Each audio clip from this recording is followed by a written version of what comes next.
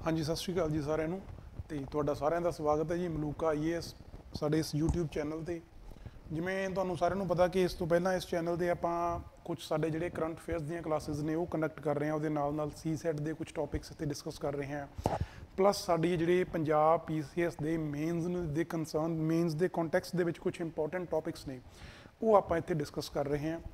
ਤੇ so that ਜਿਹੜੇ ਵੀ ਪੰਜਾਬ ਦੇ ਐਸਪੀਰੈਂਟਸ ਨੇ ਜਿਹੜੇ ਸਿਵਲ ਜਿਹੜੀਆਂ ਸਾਡੀਆਂ ਪ੍ਰੀਖਿਆਵਾਂ ਨੇ ਉਹਨਾਂ ਦੇ ਲਈ ਤਿਆਰੀ ਕਰ ਰਹੇ ਨੇ ਉਹਨਾਂ ਦੀ ਅਸੀਂ ਹੈਲਪ ਕਰ ਸਕੀਏ। ਤੇ ਉਸੇ ਤਰ੍ਹਾਂ ਅੱਜ ਇੱਕ ਇੰਪੋਰਟੈਂਟ ਟੌਪਿਕ ਅਸੀਂ ਡਿਸਕਸ ਕਰਨ ਜਾ ਰਹੇ ਹਾਂ ਇੱਥੇ। ਤੇ ਇਹ ਜਿਹੜਾ ਟੌਪਿਕ ਆ ਇਹ ਐਸਪੀਰੈਂਟਸ ਦੇ ਲਈ, ਉਹਨਾਂ ਵਿਦਿਆਰਥੀਆਂ ਦੇ ਲਈ, ਉਹਨਾਂ ਉਮੀਦਵਾਰਾਂ ਦੇ ਲਈ ਤਾਂ ਜ਼ਰੂਰੀ ਹੈ ਹੀ ਜਿਹੜੇ ਸਿਵਲ ਪ੍ਰੀਖਿਆਵਾਂ ਜਾਂ ਸਿਵਲ ਸਰਵਿਸਿਜ਼ ਦੇ ਲਈ ਆਪਣੀ ਤਿਆਰੀ ਕਰ ਰਹੇ ਨੇ।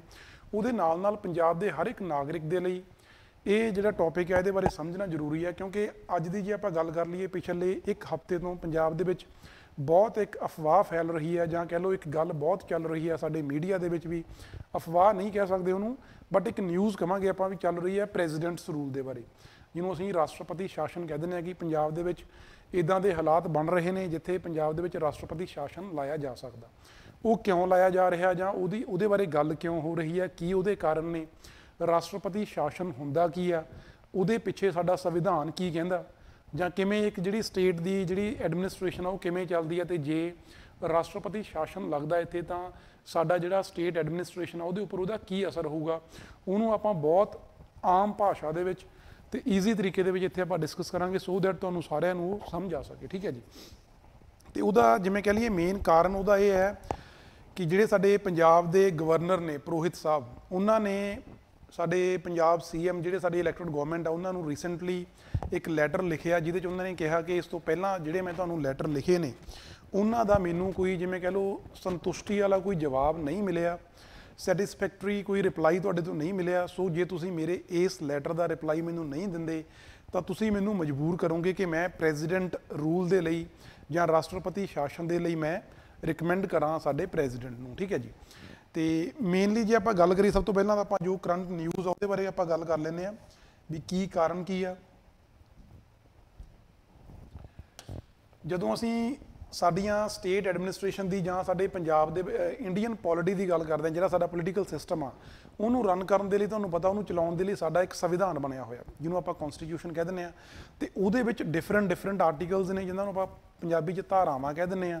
ਤੇ ਉਹਨਾਂ ਆਰਟੀਕਲਸ ਦੇ ਅੰਡਰ ਜਿਵੇਂ ਕਹਿ ਲਓ ਜਿਹੜੇ ਸਾਡੇ ਡਿਫਰੈਂਟ ਸਾਡੀਆਂ ਅਥਾਰਟੀਜ਼ ਨੇ, ਚਾਹੇ ਪ੍ਰੈਜ਼ੀਡੈਂਟ ਆ, ਚਾਹੇ ਸੀਐਮ ਆ, ਚਾਹੇ ਪ੍ਰਾਈਮ ਮਿਨਿਸਟਰ ਆ, ਜਾਂ ਸਾਡੇ ਗਵਰਨਰਸ ਨੇ, ਜਾਂ ਉਸੇ ਤਰ੍ਹਾਂ ਹੋਰ ਜਿਹੜੇ ਸਾਡੀਆਂ ਐਡਮਿਨਿਸਟ੍ਰੇਸ਼ਨ ਦੇ ਵਿੱਚ ਆਪਣਾ ਰੋਲ ਕਿਸੇ ਤਰ੍ਹਾਂ ਵੀ ਪਲੇ ਕਰ ਰਹੇ ਨੇ, ਉਹਨਾਂ ਦੇ ਰਿਗਾਰਡਿੰਗ ਕੁਝ ਰਿਸਪੌਂਸਿਬਿਲਿਟੀਜ਼ ਜਾਂ ਉਹਨਾਂ ਦੇ ਲਈ ਕੁਛ ਨਾ ਕੁਛ ਜਿਵੇਂ ਕਹਿ ਲਓ ਪ੍ਰੋਵੀਜ਼ਨਸ ਨੇ ਜਿਹੜੀਆਂ ਉਹ ਸੰਵਿਧਾਨ ਦੇ ਵਿੱਚ ਦਿੱਤੀਆਂ ਗਈਆਂ ਨੇ।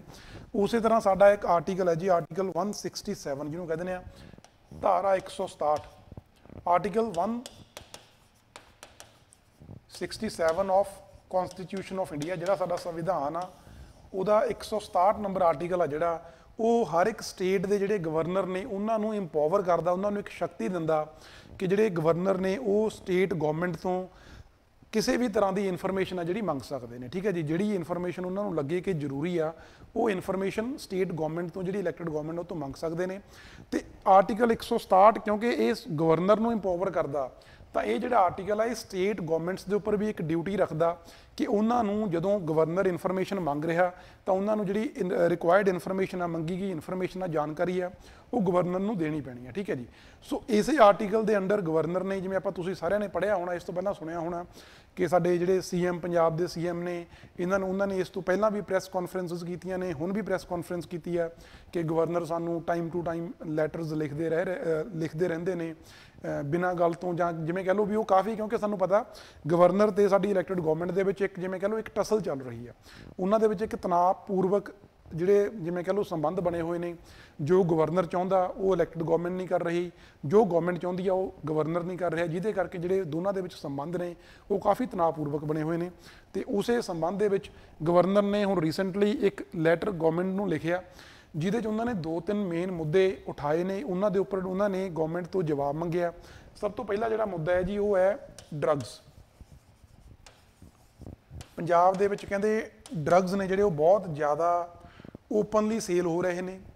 ਕੁਝ ਸਾਡੇ ਕੋਲੇ ਜਿਵੇਂ ਬਠਿੰਡਾ ਮਾਨਸਾ ਡਿਸਟ੍ਰਿਕਟਸ ਨੇ ਉੱਥੇ ਇਹਨਾਂ ਨੂੰ ਜਿਹੜੇ ਜਿਵੇਂ ਕਹਿ ਲਓ ਵੀ ਲੋਕਲ ਕਮੇਟੀਜ਼, ਲੋਕਲ ਲੋਕਾਂ ਨੇ ਆਪਣੇ ਬਿਹਾਫ ਤੇ ਉਹਨਾਂ ਨੇ ਗਰੁੱਪ ਬਣਾਏ ਨੇ, ਕਮੇਟੀਜ਼ ਬਣਾਈਆਂ ਨੇ, ਜਿੱਥੇ ਉਹ ਡਰੱਗ ਡੀਲਰਸ ਨੇ ਜਿਹੜੇ ਕੁਝ ਫਾਰਮਾਸਿਸਟ ਨੇ ਜਾਂ ਕੁਝ ਕੈਮਿਸਟ ਸ਼ਾਪਸ ਨੇ, ਉਹਨਾਂ ਦੇ ਨਾਲ ਉਹ ਜਿਵੇਂ ਕਹਿ ਲਓ ਉਹਨਾਂ ਦੇ ਜਿਵੇਂ ਕਹਿ ਲਓ ਸਟ੍ਰਿੰਗ ਆਪਰੇਸ਼ਨਸ ਟਾਈਪ ਕਰ ਰਹੇ ਨੇ, ਜਿੱਥੇ ਉਹਨਾਂ ਨੂੰ ਲੱਗ ਰਿਹਾ ਕਿ ਡਰੱਗਸ ਜਿਹੜੇ ਵਿਕ ਰਹੇ ਨੇ, ਜਿਹੜਾ ਕੈਮੀਕਲ ਨਸ਼ਾ ਸਾਡੇ ਪੰਜਾਬ ਦੇ ਵਿੱਚ ਵਿਕ ਰਿਹਾ। ਕਿਉਂਕਿ ਇਸ ਤੋਂ ਪਹਿਲਾਂ ਥੋੜ੍ਹਾ ਟਾਈਮ ਪਹਿਲਾਂ ਮਾਨਸਾ ਡਿਸਟ੍ਰਿਕਟ ਦੇ ਵਿੱਚ ਇੱਕ ਪ੍ਰਵਿੰਦਰ ਸਿੰਘ ਝੋਟਾ, ਉਹਦੀ ਤੁਸੀਂ ਗੱਲ ਸੁਣੀ ਹੋਣੀ ਆ ਕਿ ਉਹਨੇ ਕਾਫੀ ਇਹਦੇ ਖਿਲਾਫ ਉਹਨੇ ਮੁੱਦਾ ਚੱਕਿਆ ਸੀ, ਤੇ ਉਹਨੂੰ ਗਵਰਨਮੈਂਟ ਨੇ ਕੁਝ ਕੇਸ ਬਣਾ ਕੇ ਉਹਦੇ ਅੰਡਰ ਕੇਸ ਜਿਵੇਂ ਕਹਿ ਲਓ ਅੰਡਰ ਪ੍ਰੋਸੈਸ ਅੰਡਰ ਟਰਾਇਲ ਚੱਲ ਰਿਹਾ, ਉਹਨੂੰ ਅਰੈਸਟ ਕੀਤਾ ਹੋਇਆ। ਤੇ ਉਹਦੇ ਬਾਅਦ ਇਹ ਜਿਹੜਾ ਮੁੱਦਾ ਹੋਰ ਜ਼ਿਆਦਾ ਲਾਈਮਲਾਈਟ ਦੇ ਵਿੱਚ ਆਇਆ। ਤੇ ਜਿਸ ਤਰ੍ਹਾਂ ਪਹਿਲਾਂ ਪ੍ਰਵਿੰਦਰ ਝੋਟਾ ਮਾਨਸਾ ਦੇ ਵਿੱਚ ਕਰ ਰਿਹਾ ਸੀ, ਉਸੇ ਤਰ੍ਹਾਂ ਹੋਰ ਜਿਹੜੇ ਆਸੇ-ਪਾਸੇ ਦੇ ਸ਼ਹਿਰ ਨੇ, ਆਸੇ-ਪਾਸੇ ਦੇ ਪਿੰਡ ਨੇ, ਉਹਨਾਂ ਦੇ ਵਿੱਚ ਵੀ ਲੋਕਾਂ ਨੇ ਹੁਣ ਆਪਣੇ ਬੇਸਿਸ ਦੇ ਆਪਣੇ ਬਿਹਾਫ ਤੇ ਕਮੇਟੀਜ਼ ਬਣਾਈਆਂ ਨੇ, ਤੇ ਇਸ ਚਿੱਟੇ ਦੀ ਵਿਕਰੀ ਦੇ ਖਿਲਾਫ ਉਹ ਲੜ ਰਹੇ ਨੇ।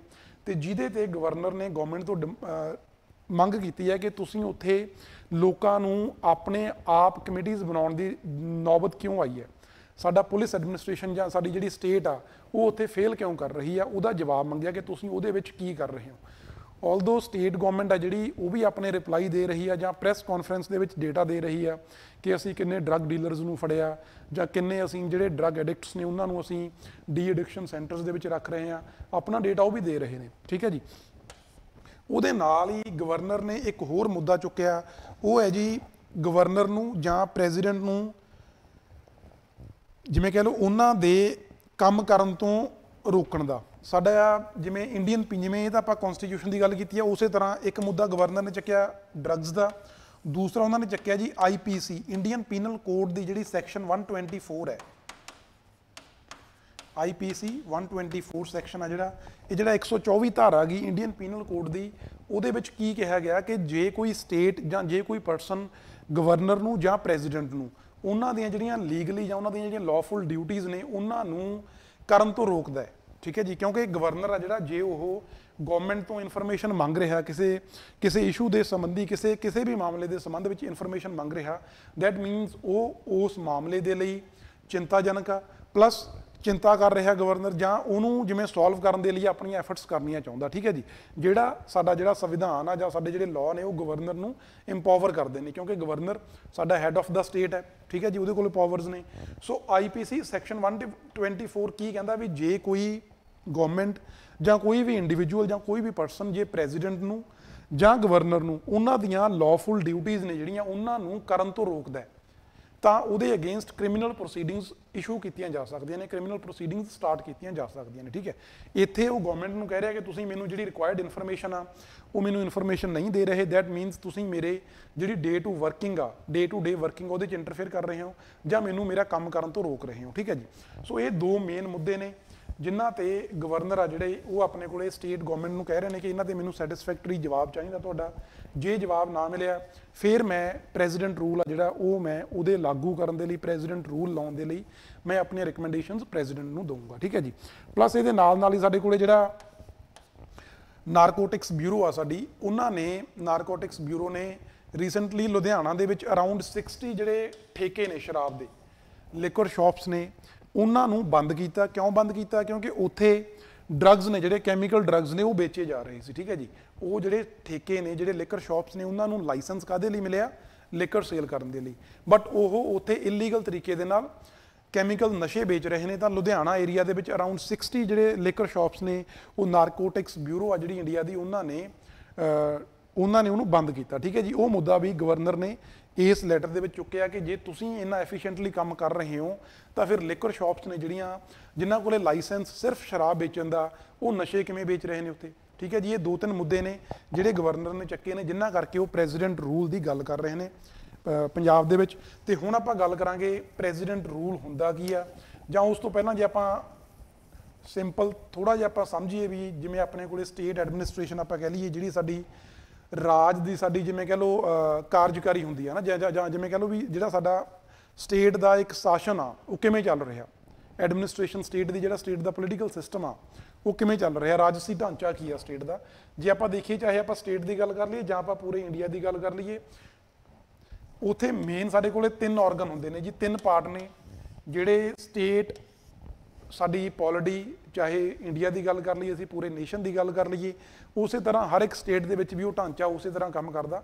ਉਹਦੇ 'ਚ ਮੇਨ 3 ਆਰਗਨ ਨੇ, ਉਹਦੇ 3 ਹਿੱਸੇ ਨੇ ਜਿਹੜੇ ਡਿਫਰੈਂਟ ਕਾਈਂਡ ਆਫ ਵਰਕ ਆ ਜਿਹੜਾ ਉਹ ਕਰਦੇ ਨੇ, ਸੋ ਦੈਟ ਜਿਹੜੀ ਸਟੇਟ ਦੀ ਐਡਮਿਨਿਸਟ੍ਰੇਸ਼ਨ ਆ ਜਾਂ ਜਿਹੜਾ ਸਟੇਟ ਦਾ ਪੋਲੀਟੀਕਲ ਸਿਸਟਮ ਆ ਜਿਹੜਾ ਉਹ ਪ੍ਰੋਪਰਲੀ ਚੱਲ ਸਕੇ। ਠੀਕ ਹੈ ਜੀ। ਉਹਦੇ 'ਚ ਸਭ ਤੋਂ ਪਹਿਲਾਂ ਸਾਡੇ ਕੋਲ ਆ ਗਿਆ ਲੈਜਿਸਲੇਚਰ, ਫਿਰ ਸਾਡੇ ਕੋਲ ਆਉਂਦਾ ਐਗਜ਼ੀਕਿਊਟਿਵ, ਫਿਰ ਸਾਡੇ ਕੋਲ ਆਉਂਦਾ ਜੀ ਜੁਡੀਸ਼ੀਅਰੀ। ਇਹਨੂੰ ਅਸੀਂ ਸਾਡੀ ਵਿਧਾਨਕ ਜਾਂ ਵਿਧਾਨ ਪ੍ਰੀਸ਼ਦ ਆਪਾਂ ਜਿਵੇਂ ਜਿਵੇਂ ਕਹਿ ਲਓ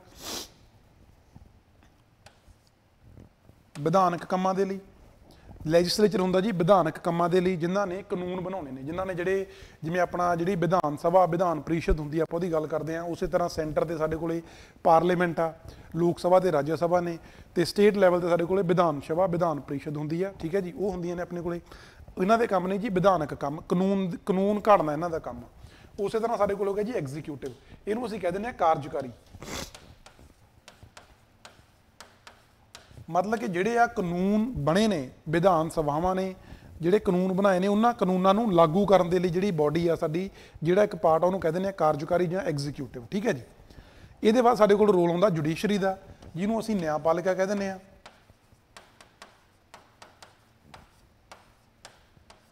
ਤੇ ਇਹਨਾਂ ਦਾ ਮੇਨ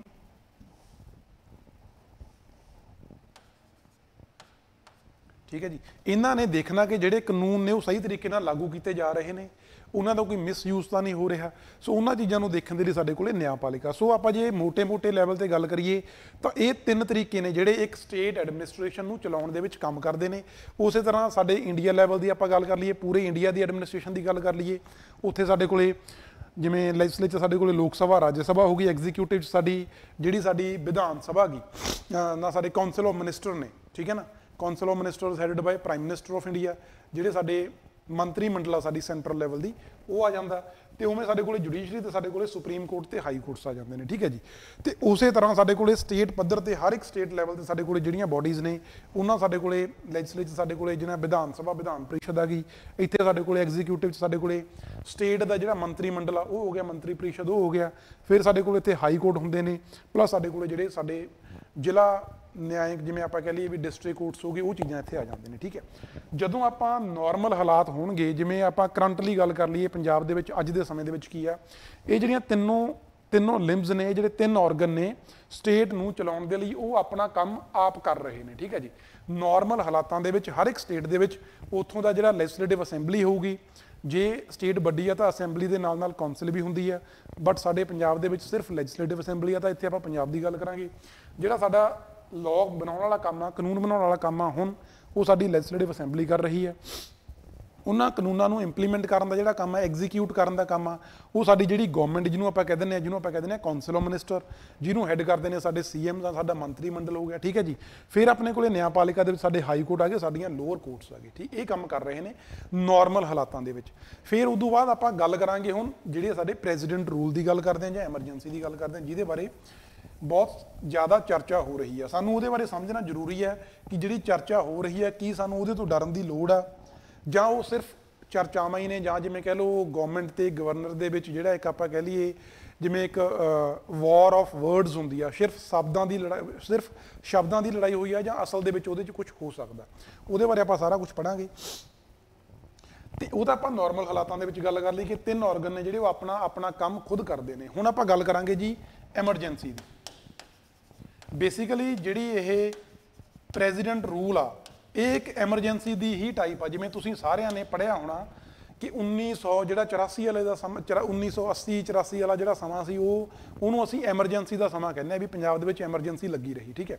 ਸੋ ਉਹ ਜਿਹੜੀ ਐਮਰਜੈਂਸੀ ਆ ਨਾ, ਇਹ ਮੇਨਲੀ 3 ਤਰ੍ਹਾਂ ਦੀ ਹੁੰਦੀ ਆ। ਇੱਕ ਇਹਦੇ 'ਚ ਹੁੰਦਾ ਨੈਸ਼ਨਲ ਐਮਰਜੈਂਸੀ,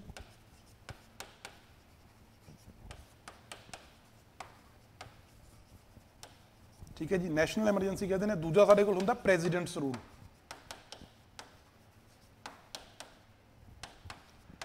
ਜਿਹਨੂੰ ਆਪਾਂ ਕਹਿੰਦੇ ਆ ਰਾਸ਼ਟਰਪਤੀ ਸ਼ਾਸਨ। ਠੀਕ ਹੈ ਜੀ।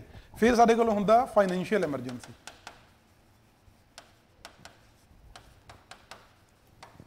ਇਹਨਾਂ ਤਿੰਨੋਂ ਜਿਹੜੇ ਐਮਰਜੈਂਸੀ ਦੇ ਹਾਲਾਤ ਨੇ, ਮਤਲਬ ਕਿ ਇਹਨਾਂ ਤਿੰਨਾਂ ਦੇ ਆਪਣੇ ਅਲੱਗ-ਅਲੱਗ ਗਰਾਊਂਡਸ ਨੇ ਜਿਨ੍ਹਾਂ ਦੇ ਉੱਪਰ ਇਹਨਾਂ ਨੂੰ ਲਾਗੂ ਕੀਤਾ ਜਾਂਦਾ, ਤੇ ਇਹਨਾਂ ਦੇ ਆਪਣੇ-ਆਪਣੇ ਪ੍ਰਭਾਵ ਨੇ ਜਿਹੜੇ ਇੱਕ ਸਟੇਟ ਦੇ ਉੱਪਰ ਜਾਂ ਜਿੱਥੇ ਐਮਰਜੈਂਸੀ ਲਾਗੂ ਹੁੰਦੀ ਆ ਉੱਥੇ ਇਹਨਾਂ ਦੇ ਆਪਣੇ-ਆਪਣੇ ਵੱਖ-ਵੱਖ ਪ੍ਰਭਾਵ ਪੈਂਦੇ ਨੇ।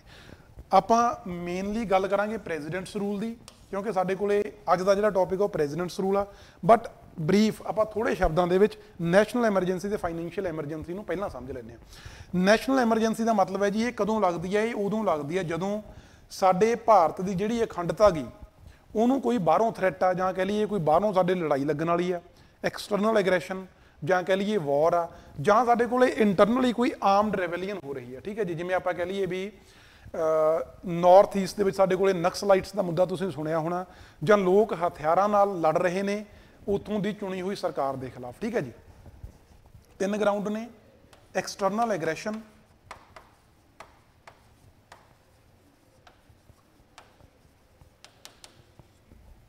ਮਤਲਬ ਬਾਹਰੋਂ ਕੋਈ ਇਦਾਂ ਦੀਆਂ ਸ਼ਕਤੀਆਂ ਨੇ ਜਿਹੜੀਆਂ ਸਾਡੇ ਅਗੇਂਸਟ ਲੜ ਰਹੀਆਂ ਨੇ, ਜਾਂ ਫਿਰ ਸਾਡੇ ਕੋਲੇ ਵਾਰ ਹੋ ਸਕਦੀ ਹੈ, ਜਿਵੇਂ ਇੰਡੀਆ ਪਾਕਿਸਤਾਨ ਨਾਲ ਵਾਰ ਹੋਈ ਸੀ, ਇੰਡੀਆ ਚਾਈਨਾ ਦੀਆਂ ਵਾਰ ਯੁੱਧ ਹੋਏ ਨੇ ਜਿਹੜੇ ਲੜਾਈਆਂ ਉਹ ਹੋ ਸਕਦੇ ਨੇ, ਜਾਂ ਫਿਰ ਸਾਡੇ ਕੋਲ ਹੋ ਸਕਦਾ ਜੀ ਸਾਡੇ ਕੋਲੇ ਆਰਮਡ ਰੈਵੈਲੀਅਨ। ਇਹ ਸਾਡੇ ਕੋਲੇ within the territories of India ਹੀ ਹੋ। ਆਰਮਡ ਰੈਵੈਲੀਅਨ ਮਤਲਬ ਕਿ ਹਿੰਦੁਸਤਾਨ ਦੇ ਵਿੱਚ ਰਹਿ ਕੇ ਕਿਸੇ ਇੱਕ ਸਟੇਟ ਦੇ ਵਿੱਚ ਜਿਹੜੇ ਉੱਥੋਂ ਦੇ ਕੁਝ ਲੋਕ ਨੇ ਉਹਨਾਂ ਨੇ ਸਰਕਾਰ ਦੇ ਖਿਲਾਫ, ਉੱਥੋਂ ਦੀ ਚੁਣੀ ਹੋਈ ਸਰਕਾਰ ਦੇ ਖਿਲਾਫ, ਜਾਂ ਕਹਿ ਲਓ ਨੈਸ਼ਨਲ ਲੈਵਲ ਦੀ ਸਰਕਾਰ ਦੇ ਖਿਲਾਫ ਹਥਿਆਰ ਚੱਕ ਲਏ। ਇਹ ਤਿੰਨ ਗਰਾਊਂਡ ਨੇ ਜਿਨ੍ਹਾਂ ਦੇ ਉੱਪਰ ਨੈਸ਼ਨਲ ਐਮਰਜੈਂਸੀ ਲਾਗੂ ਹੁੰਦੀ ਹੈ। ਇਹਦੇ ਗਾਹਾਂ ਪ੍ਰਭਾਵ ਕੀ ਨੇ ਉਹ ਸਾਡੇ ਕੋਲੇ ਹਰ ਇੱਕ ਸਟੇਟ ਦੇ ਉੱਪਰ, ਜਿਵੇਂ ਕਹਿ ਲਓ ਉਹ ਆਪਾਂ ਜੇ ਉਹਨੂੰ ਡਿਸਕਸ ਕਰਨ ਲੱਗੇ ਤਾਂ ਟੌਪਿਕ ਸਾਡਾ ਜ਼ਿਆਦਾ ਵੱਡਾ ਹੋ ਜੂ। ਬਟ ਇੰਨਾ ਕੁ ਧਿਆਨ ਰੱਖ ਲਿਓ ਵੀ ਜਿਹੜੀ ਨੈਸ਼ਨਲ ਐਮਰਜੈਂਸੀ ਆ ਉਹ ਪ੍ਰੈਜ਼ੀਡੈਂਟਸ ਰੂਲ ਨਾਲੋਂ ਡਿਫਰੈਂਟ ਹੁੰਦੀ ਹੈ, ਤੇ ਫਾਈਨੈਂਸ਼ੀਅਲ ਐਮਰਜੈਂਸੀ ਵੀ ਅਲੱਗ ਇੱਕ ਚੀਜ਼ ਆ। ਇਹਦੇ ਜਿਹੜੇ ਤਿੰਨ ਗਰਾਊਂਡ ਨੇ ਜਿਨ੍ਹਾਂ ਗਰਾਊਂਡਾਂ ਦੇ ਉੱਪਰ ਇਹ ਨੈਸ਼ਨਲ ਐਮਰਜੈਂਸੀ ਤਿੰਨ ਕਾਰਨਾਂ ਕਰਕੇ ਲਾਈ ਜਾ ਸਕਦੀ ਹੈ। ਉਸੇ ਤਰ੍ਹਾਂ ਆਪਾਂ ਗੱਲ ਕਰ ਲਈਏ ਫਾਈਨੈਂਸ਼ੀਅਲ ਐਮਰਜੈਂਸੀ ਦੀ।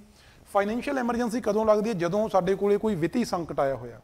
ਠੀਕ ਹੈ ਨਾ, ਸਾਡਾ ਜਿਹੜਾ ਫਾਈਨੈਂਸ਼ੀਅਲ ਕ੍ਰਾਈਸਿਸ ਚੱਲ ਰਹੇ ਨੇ, ਜਾਂ ਤਾਂ ਉਹ ਕ੍ਰਾਈਸਿਸ ਹੋ ਚੁੱਕੇ ਨੇ ਜਾਂ ਉਹਨਾਂ ਦੇ ਹੋਣ ਦਾ ਡਰ ਆ। ਉਹ ਚਾਹੇ ਪੂਰੇ ਨੈਸ਼ਨਲ ਪੱਧਰ ਤੇ ਹੋ ਸਕਦੇ ਨੇ ਜਾਂ ਕਿਸੇ ਇੱਕ ਪਾਰਟ ਦੇ ਵਿੱਚ, ਕਿਸੇ ਇੱਕ ਸਟੇਟ ਦੇ ਵਿੱਚ, ਕਿਸੇ ਇੱਕ ਹਿੱਸੇ ਦੇ ਵਿੱਚ ਹੋ ਸਕਦੇ ਨੇ। ਉਹਨਾਂ ਹਾਲਾਤਾਂ ਦੇ ਵਿੱਚ ਫਾਈਨੈਂਸ਼ੀਅਲ ਐਮਰਜੈਂਸੀ ਲਾਈ ਜਾਂਦੀ ਆ। ਇਹਨਾਂ ਐਮਰਜੈਂਸੀ ਤਿੰਨੋਂ ਜਿਹੜੀਆਂ ਐਮਰਜੈਂਸੀਜ਼ ਨੇ ਇਹਨਾਂ ਦੇ ਵਿੱਚ ਕੀ ਹੁੰਦਾ ਕਿ ਜਿਹੜੀ ਸਟੇਟ ਦੀ ਜਿਹੜੀ ਆਪਾਂ ਨਾਰਮਲ ਸਮੇਂ ਦੇ ਵਿੱਚ ਆਪਾਂ ਗੱਲ ਕੀਤੀ ਸੀ ਕਿ ਜਾਂ ਸਾਡਾ ਕਾਰਜਕਾਰੀ ਕੰਮ ਆ, ਜਿਹੜੇ ਵਿਧਾਨਕ ਕੰਮ ਨੇ ਜਾਂ ਨਿਆਂਪਾਲਿਕਾ ਵਾਲੇ ਕੰਮ ਨੇ, ਉਹ ਜਿਹੜੇ ਕੰਮ ਨੇ ਸਾਡੀਆਂ ਜਿਹੜੀਆਂ ਸਟੇਟ ਦੀਆਂ ਅਲੱਗ-ਅਲੱਗ ਬਾਡੀਜ਼ ਨੇ, ਐਗਜ਼ੀਕਿਊਟਿਵ, ਲੈਜਿਸਲੇਚਰ ਤੇ ਜੁਡੀਸ਼ਰੀ, ਉਹਨਾਂ ਕੋਲੇ ਰਹਿੰਦੇ ਨੇ, ਉਹ ਆਪਣੇ ਕੰਮ ਆਪ ਕਰਦੇ ਨੇ ਨਾਰਮਲ ਸਮੇਂ ਦੇ ਵਿੱਚ। ਬਟ ਜਦੋਂ ਐਮਰਜੈਂਸੀ ਦੇ ਹਾਲਾਤ ਹੁੰਦੇ ਨੇ ਉਦੋਂ ਜਿਹੜੇ ਉਹਨਾਂ ਦੇ ਉਹ ਕੰਮ ਨੇ ਮੇਨਲੀ ਲੈਜਿਸਲੇਚਰ ਤੇ ਐਗਜ਼ੀਕਿਊਟਿਵ ਦੇ, ਜੁਡੀਸ਼ਰੀ ਦੇ ਕੰਮਾਂ ਤੇ ਬਹੁਤਾ ਕੋਈ ਅਸਰ ਨਹੀਂ ਪੈਂਦਾ। ਹਾਈ ਕੋਰਟ ਦੇ ਜਿਹੜੇ ਕੰਮ ਨੇ ਉਹ ਹਾਈ ਕੋਰਟ ਹੀ ਕਰਦਾ। ਠੀਕ ਹੈ ਜੀ, ਜਿਹੜੇ ਕੰਮ ਨੇ ਸਾਡੇ ਕੋਲੇ ਲੈਜਿਸਲੇਚਰ ਤੇ ਐਗਜ਼ੀਕਿਊਟਿਵ ਦੇ, ਵਿਧਾਨਕ ਜਿਹੜੀਆਂ ਸਾਡੇ ਸੰਸਥਾਵਾਂ ਨੇ ਤੇ ਪਲੱਸ ਕਾਰਜਕਾਰੀ ਸੰਸਥਾਵਾਂ ਨੇ ਜਿਹੜੀਆਂ, ਉਹਨਾਂ ਦੇ ਜਿਹੜੇ ਕੰਮ ਨੇ ਉਹ ਸਟੇਟ ਗਵਰਨਮੈਂਟ ਤੋਂ ਲੈ ਕੇ ਸੈਂਟਰਲ ਗਵਰਨਮੈਂਟ ਦੇ ਕੰਟਰੋਲ 'ਚ ਰੱਖੇ ਜਾਂਦੇ ਨੇ। ਇਹ ਮੇਨ ਅਸਰ ਹੁੰਦਾ। ਠੀਕ ਹੈ ਜੀ, ਇਹਨਾਂ ਤਿੰਨਾਂ ਦੇ ਵਿੱਚ। ਚਲੋ, ਨੈਸ਼ਨਲ ਐਮਰਜੈਂਸੀ ਤੇ ਫਾਈਨੈਂਸ਼ੀਅਲ ਐਮਰਜੈਂਸੀ ਦੇ ਤੁਹਾਨੂੰ ਮੈਂ ਥੋੜੇ ਕਾਰਨ ਦੱਸਦੇ।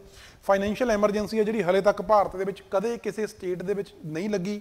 ਆਹ ਜਿਹੜੀਆਂ ਦੋਨੋਂ ਐਮਰਜੈਂਸੀਜ਼ ਨੇ ਇਹ ਪਹਿਲਾਂ ਇਸ ਤੋਂ ਲੱਗ ਚੁੱਕੀਆਂ ਨੇ। ਹੁਣ ਆਪਾਂ ਗੱਲ ਕਰਾਂਗੇ ਪ੍ਰੈਜ਼ੀਡੈਂਟਸ ਰੂਲ ਦੀ, ਜਿਹੜਾ ਸਾਡੇ ਕੋਲੇ ਪੰਜਾਬ ਦੇ ਵਿੱਚ, ਜਿਹਦੇ ਜਿਵੇਂ ਕਹ ਲਓ ਪੰਜਾਬ ਦੇ ਕੰਟੈਕਸਟ ਦੇ ਵਿੱਚ ਪ੍ਰੈਜ਼ੀਡੈਂਟਸ ਰੂਲ, ਰਾਸ਼ਟਰਪਤੀ ਸ਼ਾਸਨ ਦੀ ਗੱਲ ਕੀਤੀ ਜਾ ਰਹੀ ਆ, ਉਹਦੇ ਬਾਰੇ ਆਪਾਂ ਹੁਣ ਡਿਟੇਲ 'ਚ ਪੜਾਂਗੇ। ਠੀਕ ਹੈ ਜੀ,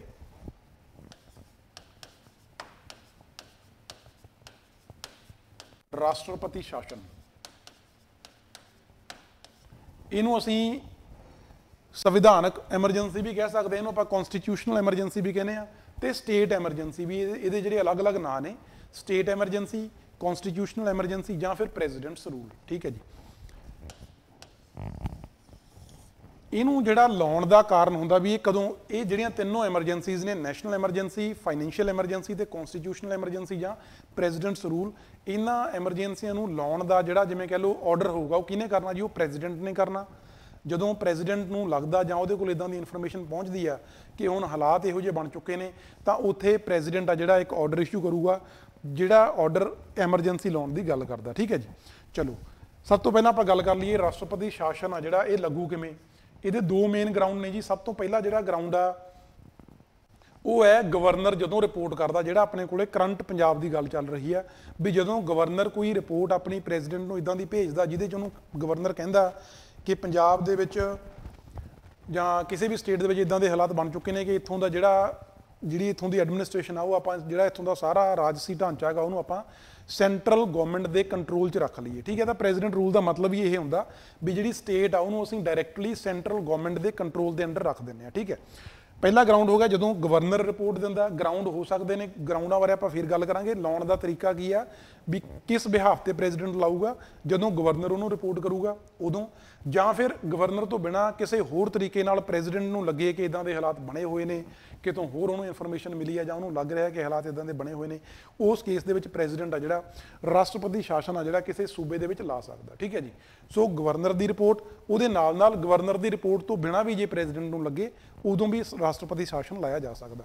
ਫਿਰ ਇਹਦੇ ਸੰਬੰਧ ਵਿੱਚ ਸਾਡਾ ਜਿਹੜਾ ਸੰਵਿਧਾਨ ਆ, ਕਿਉਂਕਿ ਸੰਵਿਧਾਨ ਇੱਕ ਮੇਨ ਸਾਡਾ ਪੂਰੇ ਦੇ ਪੂਰੇ ਜਿਹੜਾ ਸਾਡਾ ਰਾਜਸੀ ਢਾਂਚਾ ਹੈਗਾ, ਉਹ ਚਾਹੇ ਸਟੇਟ ਦਾ ਚਾਹੇ ਸੈਂਟਰ ਦਾ, ਉਹਨੂੰ ਚਲਾਉਣ ਦੇ ਪਿੱਛੇ ਇੱਕ ਜਿਹੜੀ ਮੇਨ ਜਿੱਥੋਂ ਆਪਾਂ ਜ਼ਿਆਦਾ ਪਾਵਰ ਜਿਵੇਂ ਕਹਿ ਲਓ ਪਤਾ ਲੱਗਦਾ ਸਾਨੂੰ ਵੀ, ਜਾਂ ਕੋਈ ਇੱਕ ਬਾਡੀ ਜਿਹਦੇ ਅਕੋਰਡਿੰਗ ਸਾਡਾ ਜਿਹੜਾ ਪੂਰਾ ਰਾਜਸੀ ਸਿਸਟਮ ਆ, ਪੋਲੀਟੀਕਲ ਸਿਸਟਮ ਉਹ ਚੱਲ ਰਿਹਾ, ਉਹ ਹੈ ਸਾਡਾ ਕਨਸਟੀਟਿਊਸ਼ਨ ਆਫ ਇੰਡੀਆ, ਸਾਡਾ ਸੰਵਿਧਾਨ। ਤੇ ਸੰਵਿਧਾਨ ਦੇ ਵਿੱਚ ਵੱਖ-ਵੱਖ ਆਰਟੀਕਲਸ ਨੇ, ਤੇ ਜਿਹੜਾ ਆਰਟੀਕਲ 355 ਹੈ ਸੰਵਿਧਾਨ ਦਾ, ਆਰਟੀਕਲ 355 ਇਹ ਕੀ ਕਹਿੰਦਾ? ਇਹ ਕਹਿੰਦਾ ਵੀ ਜਿਹੜੀ ਸੈਂਟਰਲ ਗਵਰਨਮੈਂਟ ਆ ਉਹਦੇ ਉੱਪਰ ਨਾ ਇੱਕ ਡਿਊਟੀ ਲਾਉਂਦਾ ਇਹ ਆਰਟੀਕਲ 355 ਕਿ ਉਹਦੀ ਜ਼ਿੰਮੇਵਾਰੀ ਆ ਕਿ ਉਹ ਦੇਖੇ ਕਿ ਜਿਹੜੀਆਂ ਸਾਰੀਆਂ ਸਟੇਟਸ ਨੇ ਉਹਨਾਂ ਦੇ ਵਿੱਚ ਜਿਹੜਾ ਕੰਮਕਾਰ ਚੱਲ ਰਿਹਾ ਉਹ ਸਾਡੇ ਕਨਸਟੀਟਿਊਸ਼ਨ ਦੇ ਮੁਤਾਬਕ ਚੱਲ ਰਿਹਾ। ਮਤਲਬ ਕਿ ਜਿਹੜੇ ਸਾਡੇ ਸੰਵਿਧਾਨ ਦੀਆਂ ਪ੍ਰੋਵੀਜ਼ਨਸ ਨੇ ਉਹਨਾਂ ਪ੍ਰੋਵੀਜ਼ਨਾਂ ਦੇ ਅਕੋਰਡਿੰਗ ਸਟੇਟ ਦੇ ਵਿੱਚ ਜਿਹੜੀਆਂ ਸਟੇਟ ਗਵਰਨਮੈਂਟਸ ਨੇ ਉਹ ਚਲਾਈਆਂ ਜਾ ਰਹੀਆਂ ਨੇ, ਕੋਈ ਸੰਵਿਧਾਨ ਨੂੰ ਵਾਇਲੇਟ ਨਹੀਂ ਕਰ ਰਿਹਾ। ਠੀਕ ਹੈ ਜੀ। ਸੋ 355 ਆਰਟੀਕਲ ਆ ਜਿਹੜਾ ਇਹ ਸੈਂਟਰਲ ਗਵਰਨਮੈਂਟ ਦੇ ਉੱਪਰ ਇੱਕ ਡਿਊਟੀ ਲਾਉਂਦਾ, ਤੇ ਇਸੇ ਡਿਊਟੀ ਨੂੰ ਫੁੱਲਫਿਲ ਕਰਨ ਦੇ ਲਈ, ਇਸੇ ਡਿਊਟੀ ਜਿਹੜੀ ਜ਼ਿੰਮੇਵਾਰੀ ਆ ਉਹਨੂੰ ਨਿਭਾਉਣ ਦੇ ਲਈ ਸਾਡੇ ਕੋਲੇ ਕਹਿ ਲਓ ਵੀ ਜਿਹੜਾ ਰਾਸ਼ਟਰਪਤੀ ਸ਼ਾਸਨ ਆ ਉਹ ਲਾਗੂ ਕੀਤਾ ਜਾਂਦਾ। ਮਤਲਬ ਜਦੋਂ ਸੈਂਟਰਲ ਗਵਰਨਮੈਂਟ ਨੂੰ ਲੱਗਦਾ, ਕਿਉਂਕਿ ਉਹਨਾਂ ਦੀ ਡਿਊਟੀ ਆ, ਉਹਨਾਂ ਨੇ ਦੇਖਣਾ ਕਿ ਹਰ ਇੱਕ state according to the provisions of constitution run ਕੀਤੀ ਜਾ ਰਹੀ ਹੈ, ਬਟ ਜਦੋਂ ਉਹਨਾਂ ਨੂੰ ਲੱਗੇ ਕਿ ਕਨਸਟੀਟਿਊਸ਼ਨ ਪ੍ਰੋਵੀਜ਼ਨਸ ਵਾਇਲੇਟ ਹੋ ਰਹੀਆਂ ਨੇ, ਕਨਸਟੀਟਿਊਸ਼ਨਲ ਮਸ਼ੀਨਰੀ ਦਾ ਬ੍ਰੇਕਗਰਾਉਂਡ ਹੋ ਰਿਹਾ, ਸੰਵਿਧਾਨਕ ਜਿਹੜੀਆਂ ਪ੍ਰੋਵੀਜ਼ਨਸ ਨੇ ਉਹਨਾਂ ਦੇ ਮੁਤਾਬਕ ਰੂਲ ਨਹੀਂ ਹੋ ਰਿਹਾ, ਤਾਂ ਉਦੋਂ ਸਾਡੇ ਕੋਲੇ ਜਿਹੜਾ ਪ੍ਰੈਜ਼ੀਡੈਂਟ ਰੂਲ ਆ ਉਹ ਲਾਗੂ ਕੀਤਾ ਜਾ ਸਕਦਾ। ਠੀਕ ਹੈ ਜੀ। ਇਹ ਆਰਟੀਕਲ 355 ਹੈਗਾ ਜਿਹਦੇ ਬੇਸਿਸ ਤੇ ਆਪਾਂ ਕਹਿ ਲਈਏ ਜਿਹਦੇ ਅੰਡਰ ਡਿਊਟੀਜ਼ ਨੇ ਸੈਂਟਰਲ ਗਵਰਨਮੈਂਟ ਨੂੰ, ਉਹਨਾਂ ਡਿਊਟੀਜ਼ ਨੂੰ ਫੁੱਲਫਿਲ ਕਰਨ ਦੇ ਲਈ ਪ੍ਰੈਜ਼ੀਡੈਂਟ ਰੂਲ ਆ ਲਾਗੂ ਕੀਤਾ ਜਾ ਸਕਦਾ। ਠੀਕ ਹੈ।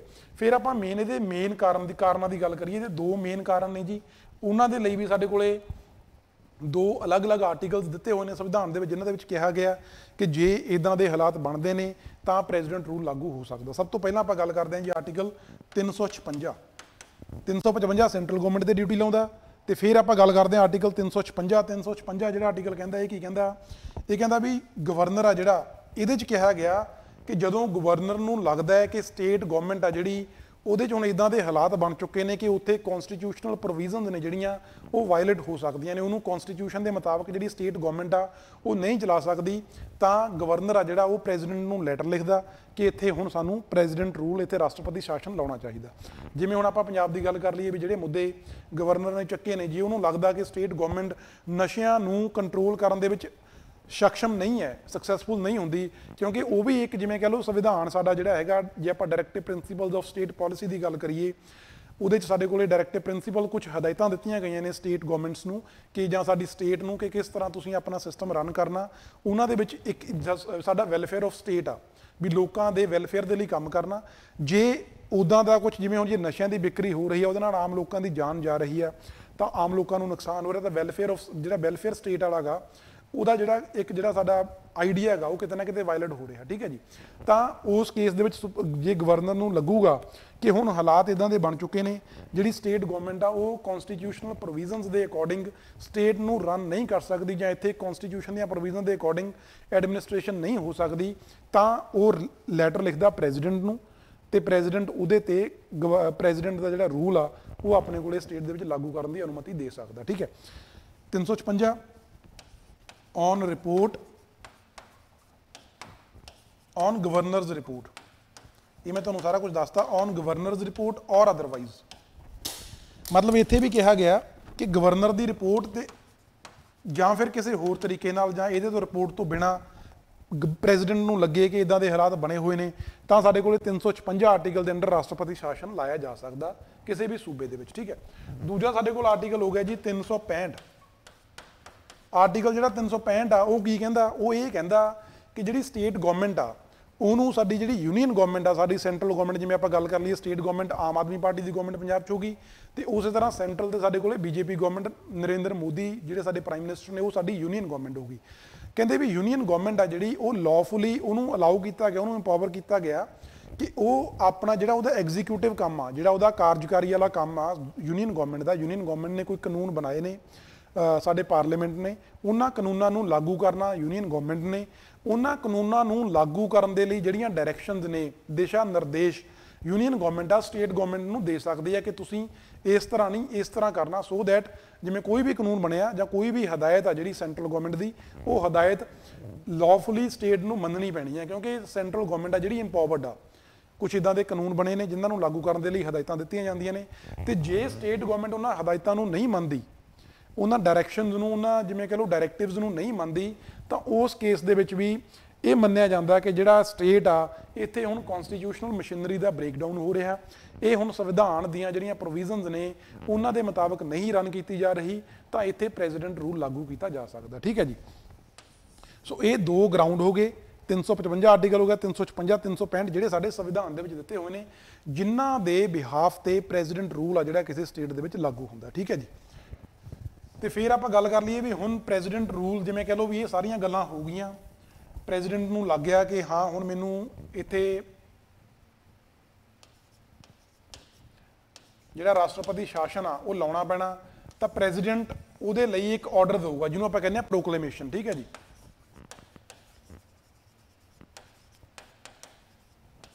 ਪ੍ਰੈਜ਼ੀਡੈਂਟ ਨੇ ਪ੍ਰੋਕਲੇਮੇਸ਼ਨ ਜਾਂ ਪ੍ਰੈਜ਼ੀਡੈਂਟ ਨੇ ਇੱਕ ਆਰਡਰ ਪਾਸ ਕਰਤਾ, ਉਹਦੇ 'ਚ कहता ਵੀ ਇਹ ਸਟੇਟ ਗਵਰਨਮੈਂਟ ਦੇ ਵਿੱਚ ਅਸੀਂ ਸਟੇਟ ਜਿਵੇਂ ਪੰਜਾਬ ਦੇ ਵਿੱਚ ਕਰ ਲਈ ਜਾਂ ਹੋਰ ਵੀ ਸਟੇਟ ਨੇ, ਕਿਉਂਕਿ ਇਸ ਤੋਂ ਪਹਿਲਾਂ ਪੰਜਾਬ ਦੇ ਵਿੱਚ ਵੀ 8 ਵਾਰ ਰਾਸ਼ਟਰਪਤੀ ਸ਼ਾਸਨ ਲਾਇਆ ਜਾ ਚੁੱਕਿਆ, ਹੋਰ ਵੀ ਸਟੇਟਸ ਦੇ ਵਿੱਚ ਲਾਇਆ ਜਾ ਚੁੱਕਿਆ।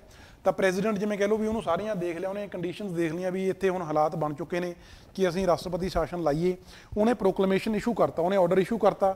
ਤਾਂ ਉਹ ਜਿਹੜਾ ਆਰਡਰ ਹੈ, ਕੀ ਉਹ ਆਰਡਰ ਜੇ ਇੱਕ ਵਾਰੀ ਪ੍ਰੈਜ਼ੀਡੈਂਟ ਨੇ ਕਹਿਤਾ ਸਿਰਫ ਪ੍ਰੈਜ਼ੀਡੈਂਟ ਦੇ ਕਹਿਣ ਤੇ ਹੀ ਰਾਸ਼ਟਰਪਤੀ ਕਾਨੂੰਨ ਆ ਜਿਹੜਾ ਲਾਗੂ ਹੋ ਜੂ, ਰਾਸ਼ਟਰਪਤੀ ਸ਼ਾਸਨ ਲਾਗੂ ਹੋ ਜੂ, ਜਾਂ ਉਸ ਜਿਹੜਾ ਆਰਡਰ ਆ ਪ੍ਰੋਕਲੇਮੇਸ਼ਨ ਆ ਉਹਨੂੰ ਸਾਡੇ ਪਾਰਲੀਮੈਂਟ ਦੀ ਮਨਜ਼ੂਰੀ ਵੀ ਚਾਹੀਦੀ ਹੈ, ਉਹਦੇ ਬਾਰੇ ਵੀ ਆਪਾਂ ਗੱਲ ਕਰਾਂਗੇ। ਠੀਕ ਹੈ ਜੀ।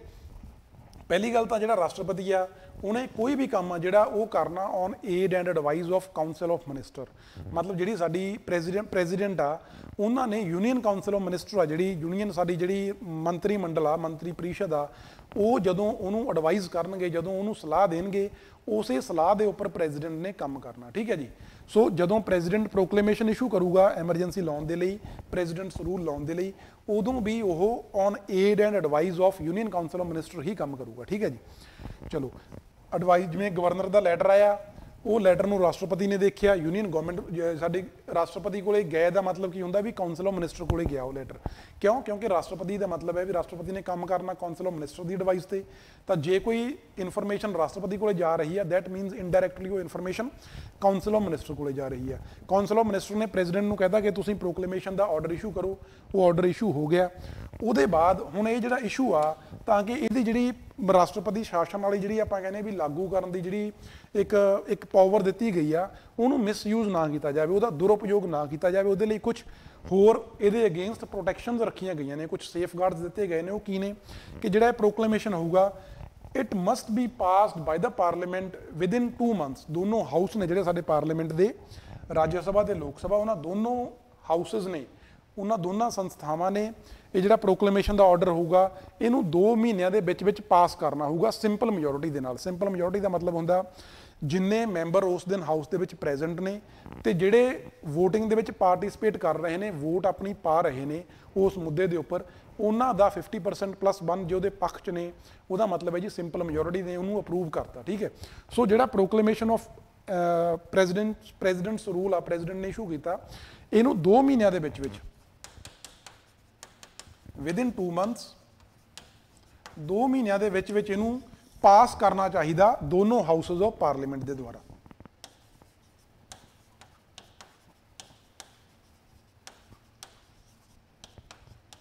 ਠੀਕ ਹੈ ਜੀ। Within 2 months it must be passed.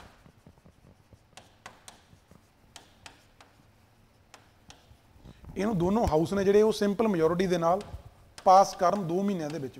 ਠੀਕ ਹੈ ਜੀ।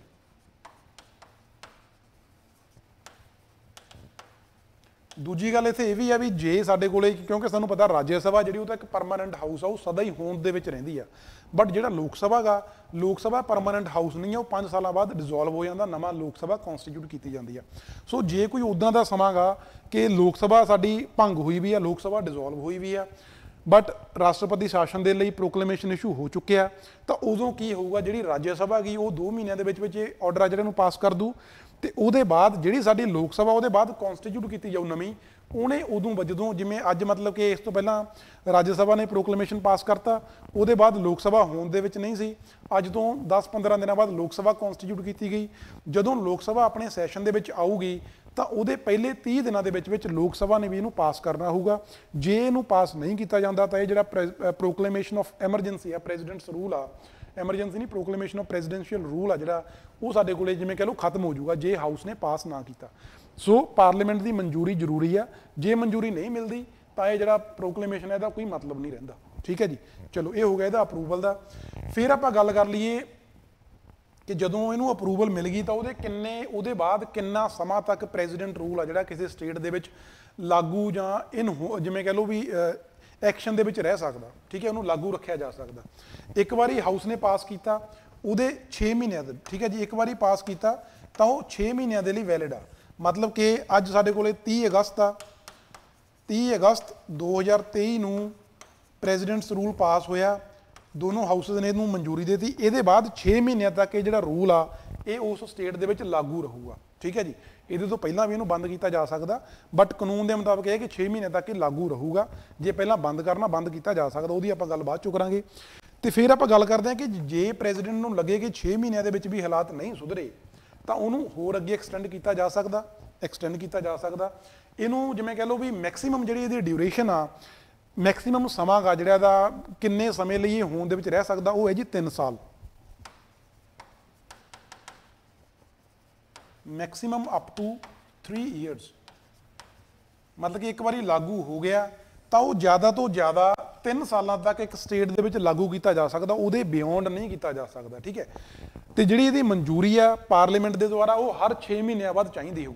ਜਿਵੇਂ ਪਹਿਲਾਂ ਜਿਹੜੀ ਇੱਕ ਵਾਰੀ ਮਨਜ਼ੂਰੀ ਦਿੱਤੀ ਆ ਪਾਰਲੀਮੈਂਟ ਨੇ, ਉਹ ਸਿਰਫ 6 ਮਹੀਨਿਆਂ ਤੱਕ ਵੈਲਿਡ ਆ, ਉਹਦੇ ਬਾਅਦ ਅਗਲੇ 6 ਮਹੀਨਿਆਂ ਦੇ ਲਈ ਫੇਰ ਮਨਜ਼ੂਰੀ ਲੈਣੀ ਪਊ। ਉਸੇ ਤਰ੍ਹਾਂ 2 ਮਹੀਨਿਆਂ ਸਿੰਪਲ ਮੈਜੋਰਿਟੀ ਦੇ ਨਾਲ ਉਹਨਾਂ ਨੇ ਪਾਸ ਕਰਨਾ ਹੋਊ। ਠੀਕ ਹੈ ਜੀ, ਤੇ ਉਹਦੇ ਬਾਅਦ 6 ਮਹੀਨੇ ਕੰਪਲੀਟ ਹੋ ਗਏ, ਉਦੋਂ ਬਾਅਦ ਫੇਰ ਅਗਲੇ 6 ਮਹੀਨਿਆਂ ਦੇ ਲਈ, ਉਦੋਂ ਬਾਅਦ ਫੇਰ ਅਗਲੇ 6 ਮਹੀਨਿਆਂ ਦੇ ਲਈ। ਸੋ ਇਸ ਤਰ੍ਹਾਂ ਸਾਡੇ ਕੋਲੇ 6 ਮਹੀਨਿਆਂ ਦੇ ਲਈ ਮਨਜ਼ੂਰੀ ਪਾਰਲੀਮੈਂਟ ਤੋਂ ਲੈਣੀ ਪੈਂਦੀ ਆ, ਦੈਨ ਓਨਲੀ ਪ੍ਰੈਜ਼ੀਡੈਂਟਸ ਰੂਲ ਆ ਜਿਹੜਾ ਇੱਕ ਸਟੇਟ ਦੇ ਵਿੱਚ ਲਾਗੂ ਰੱਖਿਆ ਜਾ ਸਕਦਾ। ਤੇ ਇੱਕ ਸਾਡੇ ਕੋਲੇ ਕੰਡੀਸ਼ਨ ਹੋਰ ਆ ਇਹਦੇ ਲਈ, ਉਹ ਸਾਡੇ ਕੋਲੇ 42ਵੀਂ ਸੋਧ ਆ ਜਿਹੜੀ ਸਾਡੇ ਕਨਸਟੀਟਿਊਸ਼ਨ ਦੇ ਵਿੱਚ, 44ਵੀਂ ਸੋਧ ਆ ਜਿਹੜੀ 1978 ਦੇ ਵਿੱਚ, 44th ਕਨਸਟੀਟਿਊਸ਼ਨਲ ਅਮੈਂਡਮੈਂਟ 1978 ਦੇ ਵਿੱਚ ਇਹ ਸੋਧ ਲਿਆਂਦੀ ਗਈ ਸੀ। ਇਸ ਸੋਧ ਨੇ ਕੀ ਕਿਹਾ ਕਿ ਜੇ ਆਪਾਂ ਰਾਸ਼ਟਰਪਤੀ ਸ਼ਾਸਨ ਕਿਸੇ ਸਟੇਟ ਦੇ ਵਿੱਚ 1 ਸਾਲ ਤੋਂ ਲੰਮੇ ਸਮੇਂ ਲਈ ਰੱਖਣਾ, ਮਤਲਬ ਕਿ ਪਹਿਲਾਂ ਲਾਗੂ ਕੀਤਾ 6 ਮਹੀਨੇ ਲਈ ਮਨਜ਼ੂਰੀ ਮਿਲ ਗਈ, ਉਹਦੇ ਬਾਅਦ 6 ਮਹੀਨੇ ਲਈ ਫੇਰ ਮਨਜ਼ੂਰੀ ਮਿਲ ਗਈ, ਉਹਦੇ ਬਾਅਦ ਵੀ ਰਾਸ਼ਟਰਪਤੀ ਨੂੰ ਜਾਂ ਗਵਰਨਮੈਂਟ ਨੂੰ ਲੱਗਦਾ ਕਿ ਹਾਲਾਤ ਨਹੀਂ ਸੁਧਰੇ, ਉਹਦੇ ਬਾਅਦ ਵੀ ਉਹਨੂੰ ਉਸੇ ਤਰ੍ਹਾਂ ਲਾਗੂ ਰੱਖਣਾ ਸਟੇਟ ਦੇ ਵਿੱਚ, ਤਾਂ ਜੇ ਆਪਾਂ 1 ਸਾਲ ਤੋਂ ਬਿਯੋਂਡ ਪ੍ਰੈਜ਼ੀਡੈਂਟ ਰੂਲ ਨੂੰ ਲਾਗੂ ਰੱਖਣਾ, ਉਹਦੇ ਲਈ 2 ਕੰਡੀਸ਼ਨਸ ਨੇ ਜਿਹੜੀਆਂ ਉਹ ਫੁੱਲਫਿਲ ਹੋਣੀਆਂ ਚਾਹੀਦੀਆਂ ਨੇ। ਮਤਲਬ ਜੇ 2 ਉੱਦਾਂ ਦੀਆਂ ਸਾਡੀਆਂ ਜਿਹੜੀਆਂ ਕੰਡੀਸ਼ਨ ਵਿੱਚ ਮੈਂਸ਼ਨ ਕੀਤੀਆਂ ਗਈਆਂ ਨੇ ਉਹ ਪੂਰੀਆਂ ਹੋਣਗੀਆਂ, ਉਹਦੇ ਬਾਅਦ ਹੀ 1 ਸਾਲ ਦੇ ਬਾਅਦ ਉਹਨੂੰ ਵਧਾਇਆ ਜਾ ਸਕਦਾ, ਨਹੀਂ ਵਧਾਇਆ ਜਾਊਗਾ। ਉਹ 2 ਕੰਡੀਸ਼ਨਾਂ ਕਿਹੜੀਆਂ ਨੇ ਜੀ? ਪਹਿਲੀ ਹੈ ਨੈਸ਼ਨਲ ਐਮਰਜੈਂਸੀ। ਜਿਵੇਂ ਤੁਹਾਨੂੰ ਨੈਸ਼ਨਲ ਐਮਰਜੈਂਸੀ ਬਾਰੇ ਥੋੜਾ ਜਿਹਾ ਦੱਸਿਆ ਸੀ ਕਿ ਉਸ ਸਮੇਂ ਜ਼ਰੂਰੀ ਆ ਭਾਰਤ ਦੇ ਵਿੱਚ ਜਾਂ ਭਾਰਤ ਦੇ ਕਿਸੇ ਹਿੱਸੇ ਦੇ ਵਿੱਚ ਨੈਸ਼ਨਲ ਐਮਰਜੈਂਸੀ ਲਾਗੂ ਹੋਵੇ। ਠੀਕ ਹੈ ਜੀ, ਜੇ ਮਤਲਬ ਕਿ ਮੰਨ ਲਓ ਪ੍ਰੈਜ਼ੀਡੈਂਟ ਰੂਲ ਪੰਜਾਬ ਦੇ ਵਿੱਚ ਲਾਗੂ ਹੋ ਗਿਆ ਜਾਂ ਇਸ ਤੋਂ ਪਹਿਲਾਂ ਲਾਗੂ ਹੋਇਆ ਸੀ ਜਾਂ ਹੁਣ ਲਾਗੂ ਹੋ ਗਿਆ ਮੰਨ ਲਓ, ਤਾਂ ਉਹਦੇ ਲਾਗੂ ਹੋਏ ਨੂੰ 1 ਸਾਲ ਹੋ ਗਿਆ, 6 ਮਹੀਨਿਆਂ ਦੇ 2 ਮਨਜ਼ੂਰੀਆਂ ਮਿਲ ਗਈਆਂ ਤੇ ਅੱਜ ਹੁਣ ਉਹ 1 ਸਾਲ ਪੂਰਾ ਹੋ ਰਿਹਾ। ਉਹਦੇ ਬਾਅਦ ਗਵਰਨਮੈਂਟ ਆ ਜਿਹੜੀ ਜਾਂ ਪ੍ਰੈਜ਼ੀਡੈਂਟ ਆ ਉਹਨੂੰ ਹੋਰ ਅੱਗੇ ਵਧਾਉਣਾ ਚਾਹੁੰਦਾ ਰਾਸ਼ਟਰਪਤੀ ਸ਼ਾਸਨ ਨੂੰ ਪੰਜਾਬ ਦੇ ਵਿੱਚ, ਤਾਂ ਉਹਨੂੰ 2 ਕੰਡੀਸ਼ਨਸ ਦੇਖਣੀਆਂ ਪੈਣਗੀਆਂ। ਜੇ ਉਹ ਹੋਣਗੀਆਂ ਤਾਂ ਹੀ ਉਹ ਪੂਰੀਆਂ ਹੋਣਗੀਆਂ, ਤਾਂ ਹੀ ਵਧਾਇਆ ਜਾ ਸਕੂ, ਅਦਰਵਾਈਜ਼ ਨਹੀਂ। ਪਹਿਲੀ ਹੈ ਨੈਸ਼ਨਲ ਐਮਰਜੈਂਸੀ, ਮਤਲਬ ਕਿ ਜੇ ਅੱਜ ਪੰਜਾਬ ਦੇ ਵਿੱਚ ਪ੍ਰੈਜ਼ੀਡੈਂਟ ਰੂਲ ਨੂੰ ਲੱਗੇ ਹੋਏ 1 ਸਾਲ ਹੋ ਗਿਆ, ਉਹਦੇ ਬਾਅਦ ਉਹਨੂੰ ਅੱਗੇ ਹੋਰ ਵਧਾਉਣ ਦੀ ਕੋਸ਼ਿਸ਼ ਕੀਤੀ ਜਾ ਰਹੀ ਆ, ਤਾਂ ਉਦੋਂ ਭਾਰਤ ਦੇ ਕਿਸੇ ਹਿੱਸੇ ਦੇ ਵਿੱਚ ਜਾਂ ਪੰਜਾਬ ਦੇ ਵਿੱਚ ਕਹਿ ਲਓ ਜਾਂ ਕਿਸੇ ਹੋਰ ਹਿੱਸੇ ਦੇ ਵਿੱਚ ਨੈਸ਼ਨਲ ਐਮਰਜੈਂਸੀ ਆ ਜਿਹੜੀ ਉਹ ਲੱਗੀ ਹੋਣੀ ਚਾਹੀਦੀ ਆ। ਜੇ ਨਹੀਂ ਲੱਗੀ ਹੋਈ ਫਿਰ ਇਹਨੂੰ ਨਹੀਂ ਵਧਾਇਆ ਜਾ ਸਕਦਾ। ਠੀਕ ਹੈ, ਪਹਿਲਾ ਗਰਾਊਂਡ ਇਹ ਹੋ ਗਿਆ।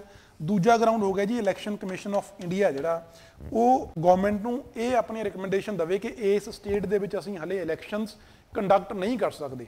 ਇੱਥੇ ਵੋਟਾਂ ਨੇ ਜਿਹੜੀਆਂ ਇਲੈਕਸ਼ਨ ਕੰਡਕਟ ਕਰਨ ਦੇ ਲਈ ਜਿਹੜੇ ਜਿਵੇਂ ਕਹਿ ਲਓ ਉੱਥੋਂ ਦੇ ਹਾਲਾਤ ਨੇ ਉਹ ਅਨੁਕੂਲ ਨਹੀਂ ਹੈ, ਠੀਕ ਹੈ। ਸੋ ਜੇ ਇਲੈਕਸ਼ਨ ਕਮਿਸ਼ਨ ਇਦਾਂ ਦੀ ਰਿਪੋਰਟ ਦਿੰਦਾ, ਇਹ ਵੀ ਹੋਣਾ ਚਾਹੀਦਾ। ਦੋ ਚੀਜ਼ਾਂ ਨੇ, ਇਹ ਦੋਨੋਂ ਗਰਾਊਂਡ ਨੇ ਜਿਹੜੇ ਦੋਨੋਂ ਫੁੱਲਫਿਲ ਹੋਣੇ ਚਾਹੀਦੇ ਨੇ। ਇੱਕ ਤਾਂ ਨੈਸ਼ਨਲ ਐਮਰਜੈਂਸੀ ਲੱਗੀ ਹੋਣੀ ਚਾਹੀਦੀ ਹੈ, ਉਹਦੇ ਨਾਲ ਨਾਲ ਇਲੈਕਸ਼ਨ ਕਮਿਸ਼ਨ ਆਫ ਇੰਡੀਆ ਇਹ ਰਿਪੋਰਟ ਕਰੇ ਕਿ ਇਸ ਸਟੇਟ ਦੇ ਵਿੱਚ ਅਸੀਂ ਇਲੈਕਸ਼ਨ ਨੇ ਜਿਹੜੀਆਂ ਕੰਡਕਟ ਨਹੀਂ ਕਰ ਸਕਦੇ।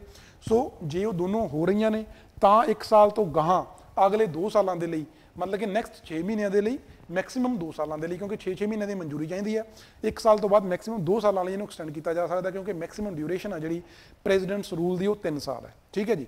ਸੋ ਇਹ ਦੋ ਜਿਹੜੀਆਂ ਕੰਡੀਸ਼ਨਾਂ ਨੇ ਪੂਰੀਆਂ ਹੋਣੀਆਂ ਚਾਹੀਦੀਆਂ ਨੇ, ਫਿਰ ਹੀ 1 ਸਾਲ ਤੋਂ ਗਾਹਾਂ ਵਧਾਇਆ ਜਾ ਸਕਦਾ। ਤੇ ਇਹ 44ਵੀਂ ਸੋਧ ਦੇ ਨਾਲ ਇੰਟਰੋਡਿਊਸ ਕੀਤਾ ਗਿਆ ਸੀ, ਕਿਉਂਕਿ ਇਸ ਤੋਂ ਪਹਿਲਾਂ ਇਦਾਂ ਦੀ ਕੋਈ ਰਿਕੁਆਇਰਮੈਂਟ ਨਹੀਂ ਸੀ। ਤਾਂ ਗਵਰਨਮੈਂਟ ਆ ਜਿਹੜੀ ਸੈਂਟਰਲ ਗਵਰਨਮੈਂਟ ਉਹਨੂੰ ਬਹੁਤ ਮਿਸਯੂਜ਼ ਕਰਦੀ ਸੀ, ਕਿਉਂਕਿ 1978 ਤੋਂ ਪਹਿਲਾਂ ਸਾਡੇ ਕੋਲ ਜਿਹੜੀ 44ਵੀਂ ਅਮੈਂਡਮੈਂਟ ਆ, ਇਹ ਸਾਡੇ ਕੋਲ ਜਨਤਾ ਪਾਰਟੀ ਦੀ ਗਵਰਨਮੈਂਟ ਆਈ ਸੀ। ਉਸ ਤੋਂ ਪਹਿਲਾਂ ਵੀ ਕਾਂਗਰਸ ਗਵਰਨਮੈਂਟ ਆ ਜਿਹੜੀ, ਇੰਦਰਾ ਗਾਂਧੀ ਦੀ ਗਵਰਨਮੈਂਟ, ਉਸ ਸਮੇਂ ਦੇ ਦੌਰਾਨ ਜਿਹੜੀਆਂ ਐਮਰਜੈਂਸੀ ਦੀਆਂ ਪ੍ਰੋਵੀਜ਼ਨਸ ਨੇ ਬਹੁਤ ਜ਼ਿਆਦਾ ਮਿਸਯੂਜ਼ ਹੋਈਆਂ ਨੇ। ਸੋ ਉਸ ਮਿਸਯੂਜ਼ ਨੂੰ ਰੋਕਣ ਦੇ ਲਈ ਇਹ ਇੱਕ ਸੇਫਗਾਰਡ ਆ ਜਿਹੜਾ, ਇੱਕ ਪ੍ਰੋਟੈਕਟਿਵ ਮੈਜ਼ਰ ਆ ਜਿਹੜਾ ਉਹ ਰੱਖਤਾ ਕਿ ਜੇ ਹਾਲਾਤ ਹੋਣਗੇ ਤਾਂ ਹੀ 1 ਸਾਲ ਤੋਂ ਗਾਹ ਵਧਾਇਆ ਜਾ ਸਕਦਾ, ਅਦਰਵਾਈਜ਼ ਨਹੀਂ ਵਧਾਇਆ ਜਾਊ, ਠੀਕ ਹੈ ਜੀ। ਇਹ ਸਾਡੇ ਕੋਲ ਇਹ ਹੋ ਗਿਆ ਕਿ ਜਿਹੜੀ ਪ੍ਰੈਜ਼ੀਡੈਂਟਸ ਰੂਲ ਆ ਉਹ ਕਿੰਨੇ ਸਮੇਂ ਲਈ ਇੱਕ ਸਟੇਟ 'ਚ ਲਾਗੂ ਰਹਿ ਸਕਦਾ, ਜਾਂ ਉਹਨੂੰ ਮੈਕਸਿਮਮ ਕਿੰਨੇ ਪੀਰੀਅਡ ਤੱਕ ਲਾਗੂ ਰੱਖਿਆ ਜਾ ਸਕਦਾ। ਫਿਰ ਆਪਾਂ ਗੱਲ ਕਰ ਲੈਂਦੇ ਹਾਂ ਜੀ ਇਹਦੇ ਪ੍ਰਭਾਵ ਦੀ, ਇਫੈਕਟਸ ਕੀ ਨੇ। ਪ੍ਰੈਜ਼ੀਡੈਂਟਸ ਰੂਲ ਲੱਗ ਗਿਆ, ਉਹਦੇ ਕੀ ਇਫੈਕਟ ਹੋਣਗੇ। ਜਿਵੇਂ ਆਪਾਂ ਗੱਲ ਕੀਤੀ ਹੈ, ਇਹਦੇ ਇਫੈਕਟ ਨੇ ਜਿਹੜੇ ਮੇਨਲੀ ਜਿਹੜੇ ਆਪਾਂ 3 ਆਰਗਨਸ ਪੜ੍ਹੇ ਸੀ, ਕਾਰਜਕਾਰੀ ਜਿਹੜੀਆਂ ਸੰਸਥਾ ਨੇ ਪਲੱਸ ਸਾਡੀ ਜਿਹੜੀ ਵਿਧਾਨਕ ਸੰਸਥਾਵਾਂ ਨੇ, ਉਹਨਾਂ ਦੇ ਉੱਪਰ ਇਹਦਾ ਅਸਰ ਪਊਗਾ। ਨਿਆਂਪਾਲਿਕਾ ਦੇ ਉੱਪਰ ਕੋਈ ਅਸਰ ਨਹੀਂ ਪੈਂਦਾ, ਕਿਉਂਕਿ ਹਾਈ ਕੋਰਟ ਆ ਜਿਹੜਾ ਉਹ ਉਸੇ ਤਰ੍ਹਾਂ ਜਿਵੇਂ ਨਾਰਮਲ ਸਿਚੁਏਸ਼ਨ 'ਚ ਕੰਮ ਕਰਦਾ, ਉਸੇ ਤਰ੍ਹਾਂ ਐਮਰਜੈਂਸੀ ਦੀਆਂ ਜਿਹੜੀਆਂ ਸਿਚੁਏਸ਼ਨਸ ਨੇ ਜਾਂ ਪ੍ਰੈਜ਼ੀਡੈਂਟਸ ਰੂਲ ਆ ਉਦੋਂ ਵੀ ਉਹ ਉਸੇ ਤਰ੍ਹਾਂ ਕੰਮ ਕਰੂਗਾ, ਠੀਕ ਹੈ। ਚਲੋ ਫਿਰ ਆਪਾਂ ਗੱਲ ਕਰਦੇ ਹਾਂ ਇਹਦਾ ਇਫੈਕਟ ਆ ਜਿਹੜਾ ਐਗਜ਼ੀਕਿਊਟਿਵ ਦੇ ਉੱਪਰ, ਜਾਂ ਜਿਵੇਂ ਕਹਿ ਲਓ ਕਾਰਜਕਾਰੀ ਜਿਹੜਾ ਸਾਡਾ ਸੰਸਥਾ ਹੈਗੀ ਸਾਡੀ, ਜਾਂ ਕਾਰਜਕਾਰੀ ਅਥਾਰਟੀ ਹੈ ਜਿਹੜੀ ਸਟੇਟ ਦੀ, ਜਿਹਦੇ 'ਚ ਸਾਡੇ ਕੋਲੇ ਕੌਣ ਆ, ਸਾਡਾ ਮੰਤਰੀ ਮੰਡਲ, ਮੰਤਰੀ ਪ੍ਰੀਸ਼ਦ ਆ ਮੇਨਲੀ। ਇਹ ਮੇਨਲੀ ਇਹਨਾਂ ਦਾ ਕੰਮ ਹੁੰਦਾ ਐਗਜ਼ੀਕਿਊਟ ਕਰਨ ਦਾ, ਠੀਕ ਹੈ ਜੀ। ਤੇ ਇਹਨਾਂ ਦੇ ਉੱਪਰ ਕੀ ਅਸਰ ਹੋਊਗਾ, ਇਹਨਾਂ ਦੇ ਉੱਪਰ ਕੀ ਅਸਰ ਹੋਣਾ ਜੀ, ਜਦੋਂ ਸਾਡੇ ਕੋਲੇ ਪ੍ਰੈਜ਼ੀਡੈਂਟਸ ਰੂਲ ਲਾਗੂ ਹੋ ਗਿਆ ਕਿਸੇ ਸਟੇਟ ਦੇ ਵਿੱਚ, ਤਾਂ ਜਿਹੜਾ ਐਗਜ਼ੀਕਿਊਟਿਵ ਆ ਜਾਂ ਜਿਹੜੀਆਂ ਸਟੇਟ ਦੀਆਂ ਐਗਜ਼ੀਕਿਊਟਿਵ ਪਾਵਰਸ ਨੇ ਉਹ ਕਿਸੇ ਵੀ ਬਾਡੀ ਕੋਲ ਹੋਣ, ਉਹ ਚਾਹੇ ਗਵਰਨਰ ਕੋਲੇ ਨੇ ਜਾਂ ਸਾਡੇ ਕੌਂਸਲ ਆਫ ਮਿਨਿਸਟਰ ਕੋਲੇ ਨੇ, ਉਹ ਸਾਰੀਆਂ ਪਾਵਰਸ ਨੇ ਜਿਹੜੀਆਂ ਉਹਨਾਂ ਤੋਂ ਲੈ ਕੇ ਪ੍ਰੈਜ਼ੀਡੈਂਟ ਆਪਣੇ ਕੋਲੇ ਕਰ ਲੈਂਦਾ ਵੀ ਉਹ ਸਾਰੀਆਂ ਪਾਵਰਸ ਨੇ ਜਿਹੜੀਆਂ ਹੁਣ ਉਹ ਪ੍ਰੈਜ਼ੀਡੈਂਟ ਦੇ ਕੰਟਰੋਲ 'ਚ ਚਲੀਆਂ ਗਈਆਂ, ਪ੍ਰੈਜ਼ੀਡੈਂਟ ਦੇ ਕਬਜ਼ੇ ਚਲੀਆਂ ਗਈਆਂ। ਹੁਣ ਜਿਹੜੀ ਸਟੇਟ ਦੀ ਐਗਜ਼ੀਕਿਊਟਿਵ ਆ ਉਹ ਸਾਡੇ ਕੋਲੇ ਕੌਣ ਆ, ਉਹ ਪ੍ਰੈਜ਼ੀਡੈਂਟ ਆ, ਠੀਕ ਹੈ ਜੀ। ਤੇ ਇੱਥੇ ਪ੍ਰੈਜ਼ੀਡੈਂਟ ਆਪਣੇ ਬਿਹਾਫ ਦੇ ਉੱਪਰ ਜਿਹੜਾ ਸਟੇਟ ਗਵਰਨਰ ਆ ਉਹਨੂੰ ਇੰਪਾਵਰ ਕਰ ਦਿੰਦਾ ਕਿ ਤੂੰ ਮੇਰੇ ਬਿਹਾਫ ਦੇ ਉੱਪਰ, ਪ੍ਰੈਜ਼ੀਡੈਂਟ ਦੇ ਬਿਹਾਫ ਦੇ ਉੱਪਰ ਜਿਹੜੀ ਸਟੇਟ ਦੀ ਐਗਜ਼ੀਕਿਊਟਿਵ ਪਾਵਰਸ ਨੇ, ਸਟੇਟ ਦੀ ਜਿਹੜੀਆਂ ਵੀ ਕਾਰਜਕਾਰੀ ਸੰਸਥਾਵਾਂ ਨੇ ਜਾਂ ਜਿਹੜੇ ਕਾਰਜਕਾਰੀ ਵਾਲੇ ਕੰਮ ਨੇ, ਉਹ ਸਾਰੇ ਕੰਮ ਗਵਰਨਰ ਕਰੂਗਾ ਔਨ ਬਿਹਾਫ ਆਫ ਪ੍ਰੈਜ਼ੀਡੈਂਟ, ਠੀਕ ਹੈ ਜੀ। ਕਰ ਕੌਣ, ਅਸਲ 'ਚ ਕੌਣ ਕਰ ਰਿਹਾ, ਪ੍ਰੈਜ਼ੀਡੈਂਟ, ਬਟ ਪ੍ਰੈਜ਼ੀਡੈਂਟ ਨੇ ਆਪਣੀ ਉਹ ਪਾਵਰ ਆ ਜਿਹੜੀ ਸਟੇਟ ਦੇ ਗਵਰਨਰ ਨੂੰ ਦੇ ਰੱਖੀ ਹੈ, ਠੀਕ ਹੈ। ਸੋ ਐਗਜ਼ੀਕਿਊਟਿਵ ਦਾ ਜਿਹੜਾ ਜਿਵੇਂ ਆਪਾਂ ਗੱਲ ਕੀਤੀ ਹੈ ਵੀ ਇੱਥੇ ਜਿਹੜੀ ਸਾਡੀ ਕੌਂਸਲ ਆਫ ਮਿਨਿਸਟਰ ਆ, ਇਹਨੂੰ ਤਾਂ ਵੈਸੇ ਡਿਸਮਿਸ ਹੀ ਕੀਤਾ ਜਾਂਦਾ, ਠੀਕ ਹੈ ਜੀ। ਇਹਨੂੰ ਡਿਸਮਿਸ ਕਰ ਦਿੱਤਾ ਜਾਂਦਾ ਜਦੋਂ ਸਟੇਟ ਦੇ ਵਿੱਚ ਪ੍ਰੈਜ਼ੀਡੈਂਟ ਰੂਲ ਲੱਗ ਗਿਆ। ਤਾਂ ਜਿਹੜੀ state the council of minister ਆ, ਜਿਵੇਂ ਸਾਡੇ ਜਿਹੜੇ ਕਰੰਟਲੀ ਕੌਂਸਲ ਆਫ ਮਿਨਿਸਟਰ ਆ ਜਿਹਨੂੰ ਸਾਡੇ ਮੁੱਖ ਮੰਤਰੀ ਹੈੱਡ ਕਰਦੇ ਨੇ, ਉਹਨਾਂ ਨੂੰ ਭੰਗ ਕਰ ਦਿੱਤਾ ਜੇ, ਉਹਨੂੰ ਡਿਸਮਿਸ ਕਰ ਦਿੱਤਾ ਜੋ, ਕਿਉਂ, ਕਿਉਂਕਿ ਸਾਰਾ ਇਹ ਹੋਇਆ ਹੀ ਉਹਨਾਂ ਦੀ ਗਲਤੀ ਕਰਕੇ ਹੈ ਨਾ। ਜੇ ਆਪਾਂ ਜਿਹੜੇ ਪਹਿਲਾਂ ਕਾਰਨ ਪੜ੍ਹੇ ਸੀ 356 ਤੇ 365 ਆਰਟੀਕਲ ਆ, ਉਹਦੇ 'ਚ ਆਪਾਂ ਕਹਿੰਦੇ ਆ ਵੀ ਸਟੇਟ ਦੀ, ਜਿਵੇਂ ਆਪਾਂ ਪ੍ਰੈਜ਼ੀਡੈਂਟ ਗਵਰਨਰ ਨੂੰ ਜਦੋਂ ਲੱਗਦਾ ਕਿ ਜਿਹੜੀ ਸਟੇਟ ਗਵਰਨਮੈਂਟ ਆ ਉਹ ਕਨਸਟੀਟਿਊਸ਼ਨ ਪ੍ਰੋਵੀਜ਼ਨਸ ਦੇ ਅਕੋਰਡਿੰਗ ਨਹੀਂ ਚੱਲ ਰਹੀ, ਤਾਂ ਉਹ ਪ੍ਰੈਜ਼ੀਡੈਂਟ ਨੂੰ ਰਿਪੋਰਟ ਕਰ ਦਿੰਦਾ ਕਿ ਇੱਥੇ ਰਾਸ਼ਟਰਪਤੀ ਸ਼ਾਸਨ ਲਾਓ। ਮਤਲਬ ਕਿ ਇਹਦੇ ਪਿੱਛੇ ਮੇਨ ਰਿਸਪੌਂਸਿਬਿਲਿਟੀ, ਜੇ ਸਟੇਟ ਗਵਰਨਮੈਂਟ ਦੇ ਵਿੱਚ ਸਟੇਟ ਦੇ ਵਿੱਚ ਕਨਸਟੀਟਿਊਸ਼ਨਲ ਪ੍ਰੋਵੀਜ਼ਨਸ ਵਾਇਲੇਟ ਹੋ ਰਹੀਆਂ ਨੇ, ਤਾਂ ਮੇਨ ਜਿਹੜੀ ਜ਼ਿੰਮੇਵਾਰੀ ਆ ਉਹ ਕੌਂਸਲ ਆਫ ਮਿਨਿਸਟਰ ਦੀ ਬਣਦੀ ਆ, ਠੀਕ ਹੈ ਨਾ। ਗਵਰਨਮੈਂਟ ਦੀ ਜਿਹੜੀ ਸਾਡੀ ਗਵਰਨਮੈਂਟ ਆ ਉਹਦੀ ਜ਼ਿੰਮੇਵਾਰੀ ਆ, ਗਵਰਨਮੈਂਟ ਕੌਣ ਆ, ਕੌਂਸਲ ਆਫ ਮਿਨਿਸਟਰ, ਠੀਕ ਹੈ ਜੀ। ਤਾਂ ਇਹਨਾਂ ਨੂੰ ਡਿਸਮਿਸ ਕਰ ਦਿੱਤਾ ਜਾਂਦਾ, ਇਹਨਾਂ ਨੂੰ ਭੰਗ ਕਰ ਦਿੱਤਾ ਜਾਂਦਾ, ਕਿਉਂਕਿ ਇਹਨਾਂ ਦੀ ਗਲਤੀ ਕਰਕੇ ਇਦਾਂ ਦੇ ਹਾਲਾਤ ਬਣੇ ਨੇ। ਇਹ ਸਾਡੇ ਕੋਲ ਹੋ ਗਿਆ ਐਗਜ਼ੀਕਿਊਟਿਵ ਦੇ ਉੱਪਰ ਕੀ ਅਸਰ ਹੁੰਦਾ। ਦੂਜਾ ਸਾਡੇ ਕੋਲ ਜਿਹੜਾ ਆਪਾਂ ਪੜ੍ਹਿਆ ਸੀ ਉਹ ਸੀ ਲੈਜਿਸਲੇਚਰ। ਲੈਜਿਸਲੇਚਰ ਦੇ ਵਿੱਚ ਸਾਡੀ ਸਟੇਟ ਅਸੈਂਬਲੀ ਆ ਜੂ, ਲੈਜਿਸਲੇਟਿਵ ਅਸੈਂਬਲੀ ਪੰਜਾਬ ਦੀ, ਉਹਦੇ 'ਚ ਸਾਡੇ ਕੋਲੇ ਰੂਲਿੰਗ ਪਾਰਟੀ ਦੇ ਮੈਂਬਰ ਵੀ ਨੇ, ਪਲੱਸ ਸਾਡੇ ਕੋਲੇ ਓਪੋਜੀਸ਼ਨ ਪਾਰਟੀਜ਼ ਦੇ ਮੈਂਬਰ ਵੀ ਨੇ, ਪਲੱਸ ਕੁਝ ਇੰਡੀਪੈਂਡੈਂਟ MLAs ਵੀ ਹੋਣਗੇ, ਠੀਕ ਹੈ ਨਾ। ਸੋ ਇਹਦੇ 'ਚ ਆਪਾਂ ਕਹਿ ਲਈਏ ਵੀ ਲੈਜਿਸਲੇਚਰ ਦੀ ਸਿੱਧੇ ਤੌਰ ਤੇ ਕੋਈ ਖਾਸ ਗਲਤੀ ਨਹੀਂ ਹੁੰਦੀ, ਕੋਈ ਰਿਸਪੌਂਸਿਬਿਲਿਟੀ ਨਹੀਂ ਹੁੰਦੀ ਪ੍ਰੈਜ਼ੀਡੈਂਟ ਰੂਲ ਸਟੇਟ ਦੇ ਵਿੱਚ ਲੱਗਣ ਦੇ ਲਈ। ਉਹ ਜਿਹੜੀ ਮੇਨ ਗਲਤੀ ਆ ਉਹ ਕੌਂਸਲ ਆਫ ਮਿਨਿਸਟਰ ਦੀ ਆ, ਇਸੇ ਕਰਕੇ ਉਹਨਾਂ ਨੂੰ ਡਿਸਮਿਸ ਕੀਤਾ ਗਿਆ। ਸੋ ਜਿਹੜੀ ਲੈਜਿਸਲੇਟਿਵ ਅਸੈਂਬਲੀ ਆ ਸਟੇਟ ਦੀ, ਉਹਨਾਂ ਨੂੰ ਜ਼ਰੂਰੀ ਨਹੀਂ ਹੈ ਕਿ ਉਹਨਾਂ ਨੂੰ ਡਿਸਮਿਸ ਕੀਤਾ ਜਾਵੇ, ਉਹਨਾਂ ਨੂੰ ਸਸਪੈਂਡ ਕਰ ਦਿੱਤਾ ਜਾਊ। ਠੀਕ ਹੈ ਜੀ, ਉਹਨਾਂ ਨੂੰ ਸਸਪੈਂਡ ਕਰ ਦਿੱਤਾ ਜਾਊ। ਉਹਨਾਂ ਦੀਆਂ ਜਿਹੜੀਆਂ ਪਾਵਰਸ ਹੋਣਗੀਆਂ ਉਹ ਸਾਰੀਆਂ ਪ੍ਰੈਜ਼ੀਡੈਂਟ ਆ ਜਿਹੜਾ ਉਹ ਪਾਰਲੀਮੈਂਟ ਨੂੰ ਦੇ ਦਿੰਦਾ ਕਿ ਇਹਦੀਆਂ ਜਿਹੜੀਆਂ ਪਾਵਰਸ ਨੇ ਸਟੇਟ ਲੈਜਿਸਲੇਚਰ ਦੀਆਂ, ਜਿਹੜੇ ਸਟੇਟ ਦੀਆਂ ਜਿਹੜੀਆਂ ਵਿਧਾਨਕ ਸ਼ਕਤੀਆਂ ਨੇ ਉਹ ਹੁਣ ਸਟੇਟ ਲੈਜਿਸਲੇਚਰ ਤੋਂ ਖੋਹ ਕੇ ਸਾਡਾ ਜਿਹੜਾ ਪਾਰਲੀਮੈਂਟ ਆ ਉਹਨੂੰ ਦੇ ਦਿੱਤੀਆਂ ਜਾਂਦੀਆਂ ਨੇ। ਠੀਕ ਹੈ ਜੀ, ਇੱਥੇ ਪਾਰਲੀਮੈਂਟ ਇੰਪਾਵਰਡ ਆ ਕਿ ਪਾਰਲੀਮੈਂਟ ਉਹਨਾਂ ਕੰਮਾਂ ਨੂੰ ਆਪ ਖੁਦ ਵੀ ਕਰ ਸਕਦਾ, ਜਾਂ ਫਿਰ ਉਹ ਜਿਹੜੀਆਂ ਉਹ ਰਿਸਪੌਂਸਿਬਿਲਿਟੀਜ਼ ਨੇ ਉਹਨਾਂ ਨੂੰ ਪ੍ਰੈਜ਼ੀਡੈਂਟ ਨੂੰ ਵੀ ਦੇ ਸਕਦਾ। ਪ੍ਰੈਜ਼ੀਡੈਂਟ ਨੇ ਪਾਰਲੀਮੈਂਟ ਨੂੰ ਦਿੱਤੀਆਂ ਨੇ ਕਿ ਤੁਸੀਂ ਇਹਨਾਂ ਜਿਹੜੀਆਂ ਵਿਧਾਨਕ ਸ਼ਕਤੀਆਂ ਨੇ ਸਟੇਟ ਦੀਆਂ ਉਹਨਾਂ ਨੂੰ ਕਿਸ ਤਰ੍ਹਾਂ ਚਲਾਉਣਾ ਉਹ ਤੁਸੀਂ ਦੇਖਣਾ। ਤਾਂ ਉਸ ਕੇਸ ਦੇ ਵਿੱਚ ਪਾਰਲੀਮੈਂਟ ਉਹ ਸ਼ਕਤੀਆਂ ਆਪਣੇ ਕੋਲੇ ਵੀ ਰੱਖ ਸਕਦਾ, ਮਤਲਬ ਸਟੇਟ ਦੇ ਲਈ ਜਿਹੜੇ ਕਾਨੂੰਨ ਨੇ ਉਹ ਪਾਰਲੀਮੈਂਟ ਵੀ ਬਣਾ ਸਕਦਾ, ਜਾਂ ਫਿਰ ਪਾਰਲੀਮੈਂਟ ਪ੍ਰੈਜ਼ੀਡੈਂਟ ਨੂੰ ਵੀ ਇੰਪਾਵਰ ਕਰ ਸਕਦਾ ਕਿ ਤੁਸੀਂ ਬਣਾਓ, ਜਾਂ ਫਿਰ ਕਿਸੇ ਹੋਰ ਅਥਾਰਟੀ ਨੂੰ ਵੀ ਇੰਪਾਵਰ ਕਰ ਸਕਦਾ ਕਿ ਨਹੀਂ ਇਹ ਸਾਡੀ ਕੋਈ ਥਰਡ ਅਥਾਰਟੀ ਹੈ ਜਿਹੜੀ ਇਹ ਕੰਮ ਕਰੂਗੀ ਸਟੇਟ ਦੀਆਂ ਵਿਧਾਨਕ ਸ਼ਕਤੀਆਂ ਦੇ ਉੱਪਰ ਕਿਵੇਂ ਉਹਨਾਂ ਨੂੰ ਕਾਨੂੰਨ ਬਣਾਉਣੇ ਨੇ। ਠੀਕ ਹੈ ਜੀ, ਸੋ ਇਹ ਹੋ ਗਿਆ ਵੀ ਜਿਹੜੀਆਂ ਸ਼ਕਤੀਆਂ ਉਹਨਾਂ ਕੋਲ ਚਲੀਆਂ ਗਈਆਂ। ਤੇ ਜਿਹੜੀ ਲੈਜਿਸਲੇਚਰ ਆ it can be suspended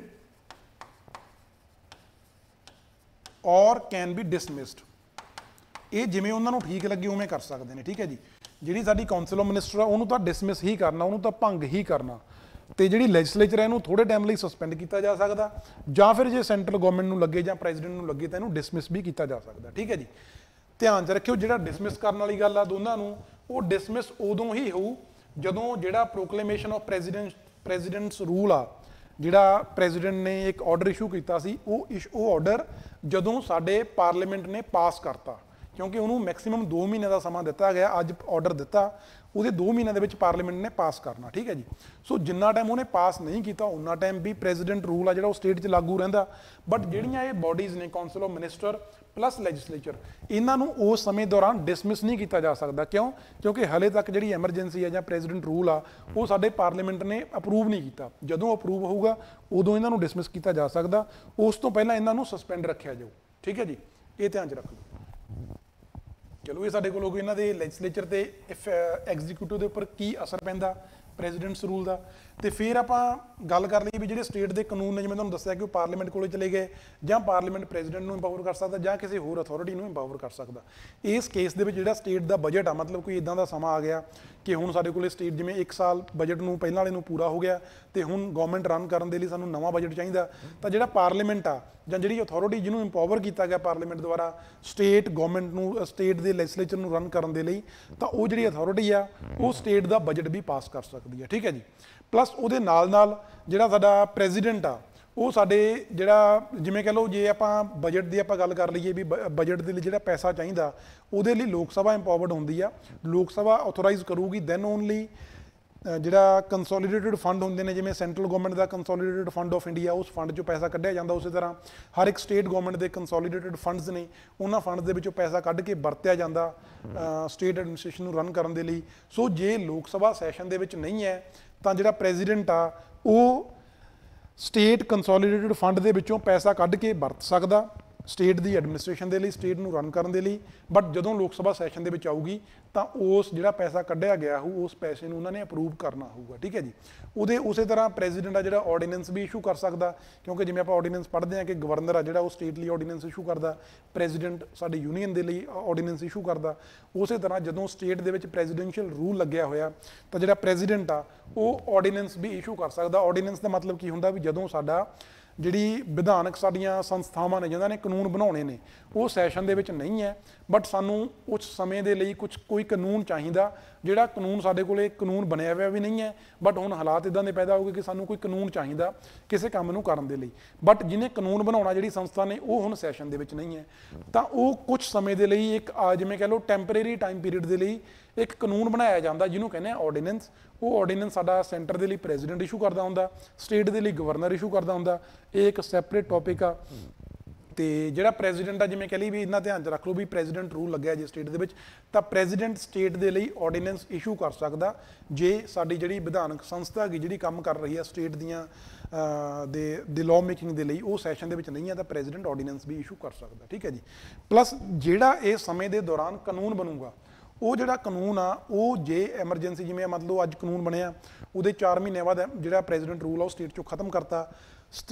president rule ਖਤਮ ਹੋਣ ਦੇ ਬਾਅਦ ਵੀ ਉਹ ਕਾਨੂੰਨ ਆ ਜਿਹੜਾ ਹੋਂਦ ਦੇ ਵਿੱਚ ਰਹੂਗਾ, ਉਹਦੇ ਤੇ ਅਸਰ ਕੋਈ ਨਹੀਂ ਹੋਊਗਾ। ਜਿਵੇਂ ਵੀ ਐਮਰਜੈਂਸੀ ਜਾਂ ਪ੍ਰੈਜ਼ੀਡੈਂਟ ਰੂਲ ਖਤਮ ਹੋਣ ਦੇ ਨਾਲ ਉਹਦੇ ਤੇ ਕੋਈ ਅਸਰ ਨਹੀਂ ਹੋਊਗਾ, ਉਹ ਹੋਂਦ ਦੇ ਵਿੱਚ ਰਹੂਗਾ। ਬਟ ਉਹਦੇ ਬਾਅਦ ਜਿਹੜੀ ਸਟੇਟ ਦੀ ਲੈਜਿਸਲੇਚਰ ਹੋਊਗਾ, ਸਟੇਟ ਦੀ ਲੈਜਿਸਲੇਟਿਵ ਅਸੈਂਬਲੀ, ਜੇ ਆਪਾਂ ਪੰਜਾਬ ਦੀ ਗੱਲ ਕਰ ਲਈਏ ਪੰਜਾਬ ਲੈਜਿਸਲੇਟਿਵ ਅਸੈਂਬਲੀ, ਕਿਉਂਕਿ ਜਦੋਂ ਐਮਰਜੈਂਸੀ ਖਤਮ ਹੋਊ ਪ੍ਰੈਜ਼ੀਡੈਂਟ ਰੂਲ ਖਤਮ ਹੋਊਗਾ ਉਹਦੇ ਬਾਅਦ ਸਾਡਾ ਜਿਹੜਾ ਨਾਰਮਲ ਪ੍ਰੋਸੀਜਰ ਉਹ ਦੁਬਾਰਾ ਸਟਾਰਟ ਹੋ ਜਾਊਗਾ।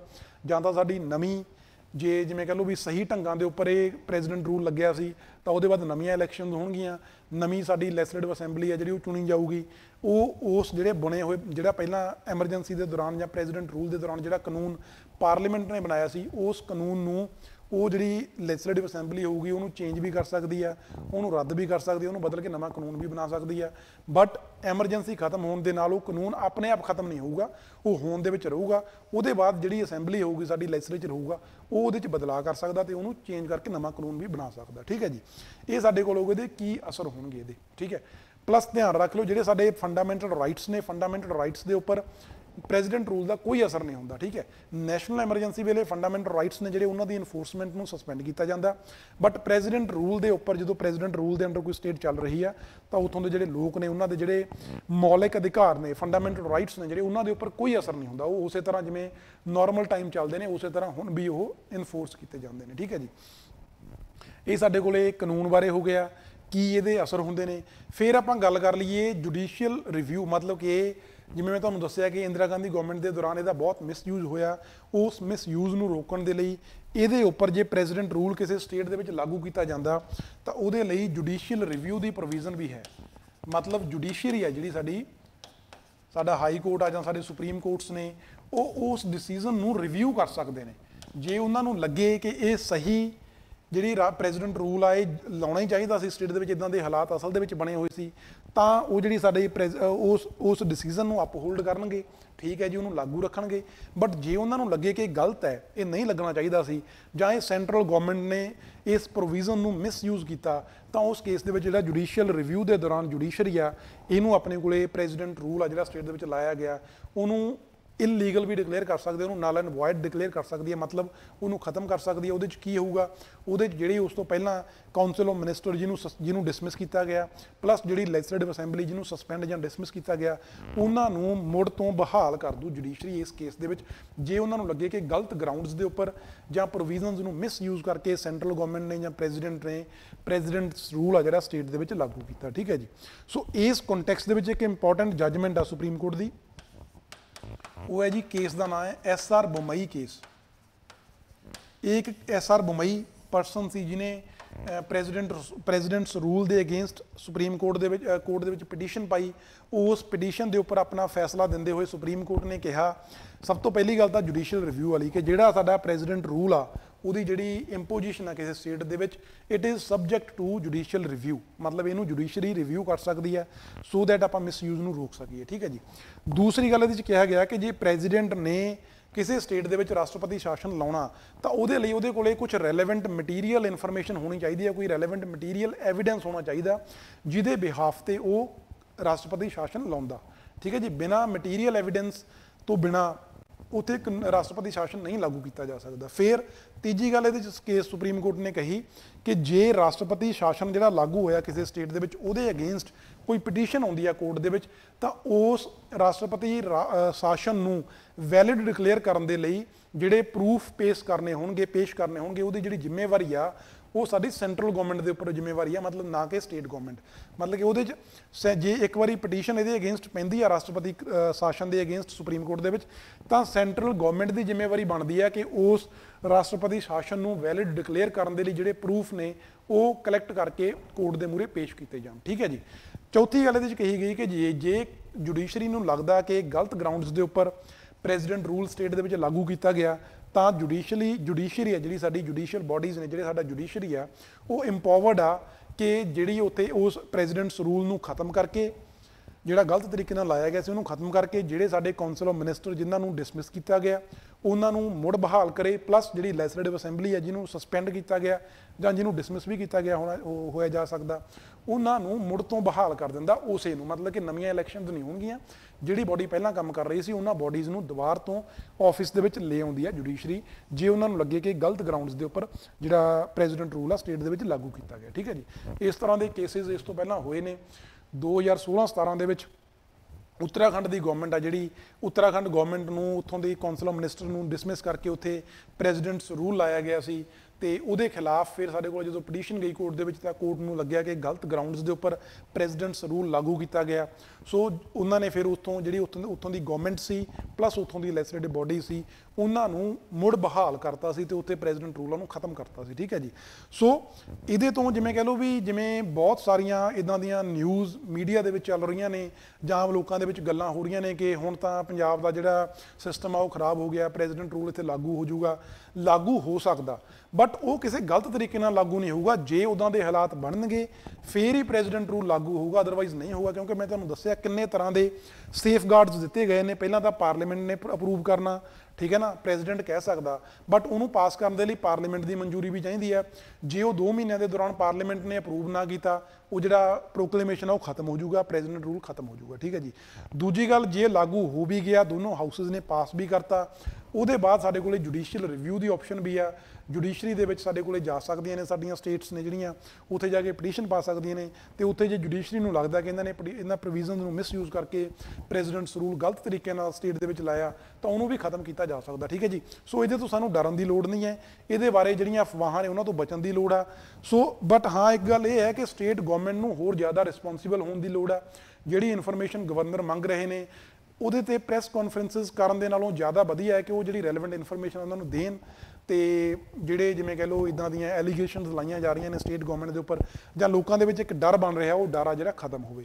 ਠੀਕ ਹੈ ਜੀ, ਇਸੇ ਤਰ੍ਹਾਂ ਤੁਸੀਂ ਕੱਲ੍ਹ ਦੇਖਿਆ ਹੋਣਾ ਕਿ ਸਾਡੀ ਪੰਜਾਬ ਗਵਰਨਮੈਂਟ ਨੇ ਇਸ ਤੋਂ ਪਹਿਲਾਂ ਪੰਚਾਇਤਸ ਨੇ ਜਿਹੜੀਆਂ ਉਹਨਾਂ ਨੂੰ ਭੰਗ ਕਰਤਾ ਸੀ ਤੇ ਉਹਦੇ ਲਈ ਇਲੈਕਸ਼ਨ ਦੀ ਤਿਆਰੀ ਹੋ ਰਹੀ ਸੀ, ਬਟ ਹੁਣ ਕੱਲ੍ਹ ਪੰਜਾਬ ਹਰਿਆਣਾ ਹਾਈ ਕੋਰਟ ਨੇ ਕਿਹਾ ਕਿ ਜਿਹੜੀ ਸਟੇਟ ਗਵਰਨਮੈਂਟ ਆ ਉਹਨੇ ਇਹ ਡਿਸੀਜਨ ਗਲਤ ਲਿਆ, ਉਹਦੇ ਲਈ ਵੈਲਿਡ ਨਹੀਂ, ਉਹਦੇ ਲਈ ਇਹ ਇੰਪਾਵਰਡ ਹੀ ਨਹੀਂ ਸੀ ਕਿ ਪੰਚਾਇਤਾਂ ਨੂੰ ਇਸ ਤਰ੍ਹਾਂ ਭੰਗ ਕੀਤਾ ਜਾਵੇ। ਠੀਕ ਹੈ ਨਾ, ਸੋ ਉੱਦਾਂ ਦੇ ਕੁਝ ਜਿਹੜੇ ਡਿਸੀਜਨਸ ਨੇ, ਉੱਦਾਂ ਦੇ ਕੁਝ ਹੇਸਟੀ ਡਿਸੀਜਨਸ ਨੇ, ਉਹਨਾਂ ਤੋਂ ਬਚਣ ਦੀ ਲੋੜ ਆ, ਕਿਉਂਕਿ ਉਹਨਾਂ ਦੇ ਨਾਲ ਹੀ ਇਹ ਜਿਹੜਾ ਓਵਰਆਲ ਜਿਹੜਾ ਐਟਮੋਸਫੀਅਰ ਆ ਪ੍ਰੈਜ਼ੀਡੈਂਟਸ ਰੂਲ ਦਾ ਜਾਂ ਐਮਰਜੈਂਸੀ ਵਾਲੇ ਜਿਹੜੇ ਹਾਲਾਤ ਨੇ ਉਹ ਬਣਦੇ ਨੇ। ਠੀਕ ਹੈ ਨਾ, ਸੋ ਉੱਦਾਂ ਦੇ ਹਾਲਾਤਾਂ ਤੋਂ ਸਾਡੀ ਗਵਰਨਮੈਂਟ ਨੂੰ ਬਚਣ ਦੀ ਲੋੜ ਆ, ਹੋਰ ਜ਼ਿਆਦਾ ਰਿਸਪੌਂਸੀਬਲ ਹੋ ਕੇ ਚੱਲਣ ਦੀ ਲੋੜ ਆ, ਸੋ ਦੈਟ ਇਨ ਫਿਊਚਰ ਕੋਈ ਇਦਾਂ ਦੇ ਹਾਲਾਤ ਦੁਬਾਰਾ ਨਾ ਬਣਨ। ਤੇ ਮੈਨੂੰ ਉਮੀਦ ਹੈ ਕਿ ਤੁਸੀਂ ਪ੍ਰੈਜ਼ੀਡੈਂਟਸ ਰੂਲ ਬਾਰੇ ਜਿਹੜੇ ਵੀ ਤੁਹਾਡੇ ਕੁਝ ਡਾਊਟਸ ਹੋਣਗੇ ਜਾਂ ਇਹਦੇ ਲਈ ਜੋ ਵੀ ਸਾਡੇ ਪੇਪਰ ਲਈ ਰੈਲੇਵੈਂਟ ਆ ਉਹ ਤੁਹਾਨੂੰ ਸਮਝ ਆ ਗਿਆ ਹੋਊ, ਪਲੱਸ ਪੇਪਰ ਤੋਂ ਬਿਨਾਂ ਆਮ ਲੋਕਾਂ ਦੇ ਲਈ ਵੀ ਇਹਦੇ ਲਈ ਸਮਝਣਾ ਜ਼ਰੂਰੀ ਸੀ। ਕਿਉਂਕਿ ਬਹੁਤ ਤਰ੍ਹਾਂ ਦੀਆਂ ਅਫਵਾਹਾਂ, ਬਹੁਤ ਤਰ੍ਹਾਂ ਦੀਆਂ ਖਬਰਾਂ ਅੱਜ ਕੱਲ੍ਹ ਮੀਡੀਆ ਦੇ ਵਿੱਚ ਘੁੰਮ ਰਹੀਆਂ ਨੇ, ਤੇ ਮੈਨੂੰ ਉਮੀਦ ਆ ਤੁਹਾਡੇ ਸਾਰੇ ਜਿਹੜੇ ਡਾਊਟ ਨੇ ਇਹਦੇ ਕੰਟੈਕਸਟ ਦੇ ਵਿੱਚ ਉਹ ਸਾਰੇ ਕਲੀਅਰ ਹੋ ਗਏ ਹੋਣਗੇ। ਚਲੋ ਥੈਂਕ ਯੂ ਜੀ, ਤੇ ਫਿਰ ਇਹਦੇ ਬਾਅਦ ਜੇ ਕੋਈ ਹੋਰ ਕੋਈ ਇਦਾਂ ਦਾ ਇੰਪੋਰਟੈਂਟ ਮੁੱਦਾ ਹੋਊਗਾ ਆਪਾਂ ਉਹਨੂੰ ਵੀ ਜ਼ਰੂਰ ਡਿਸਕਸ ਕਰਾਂਗੇ। Thank you very much.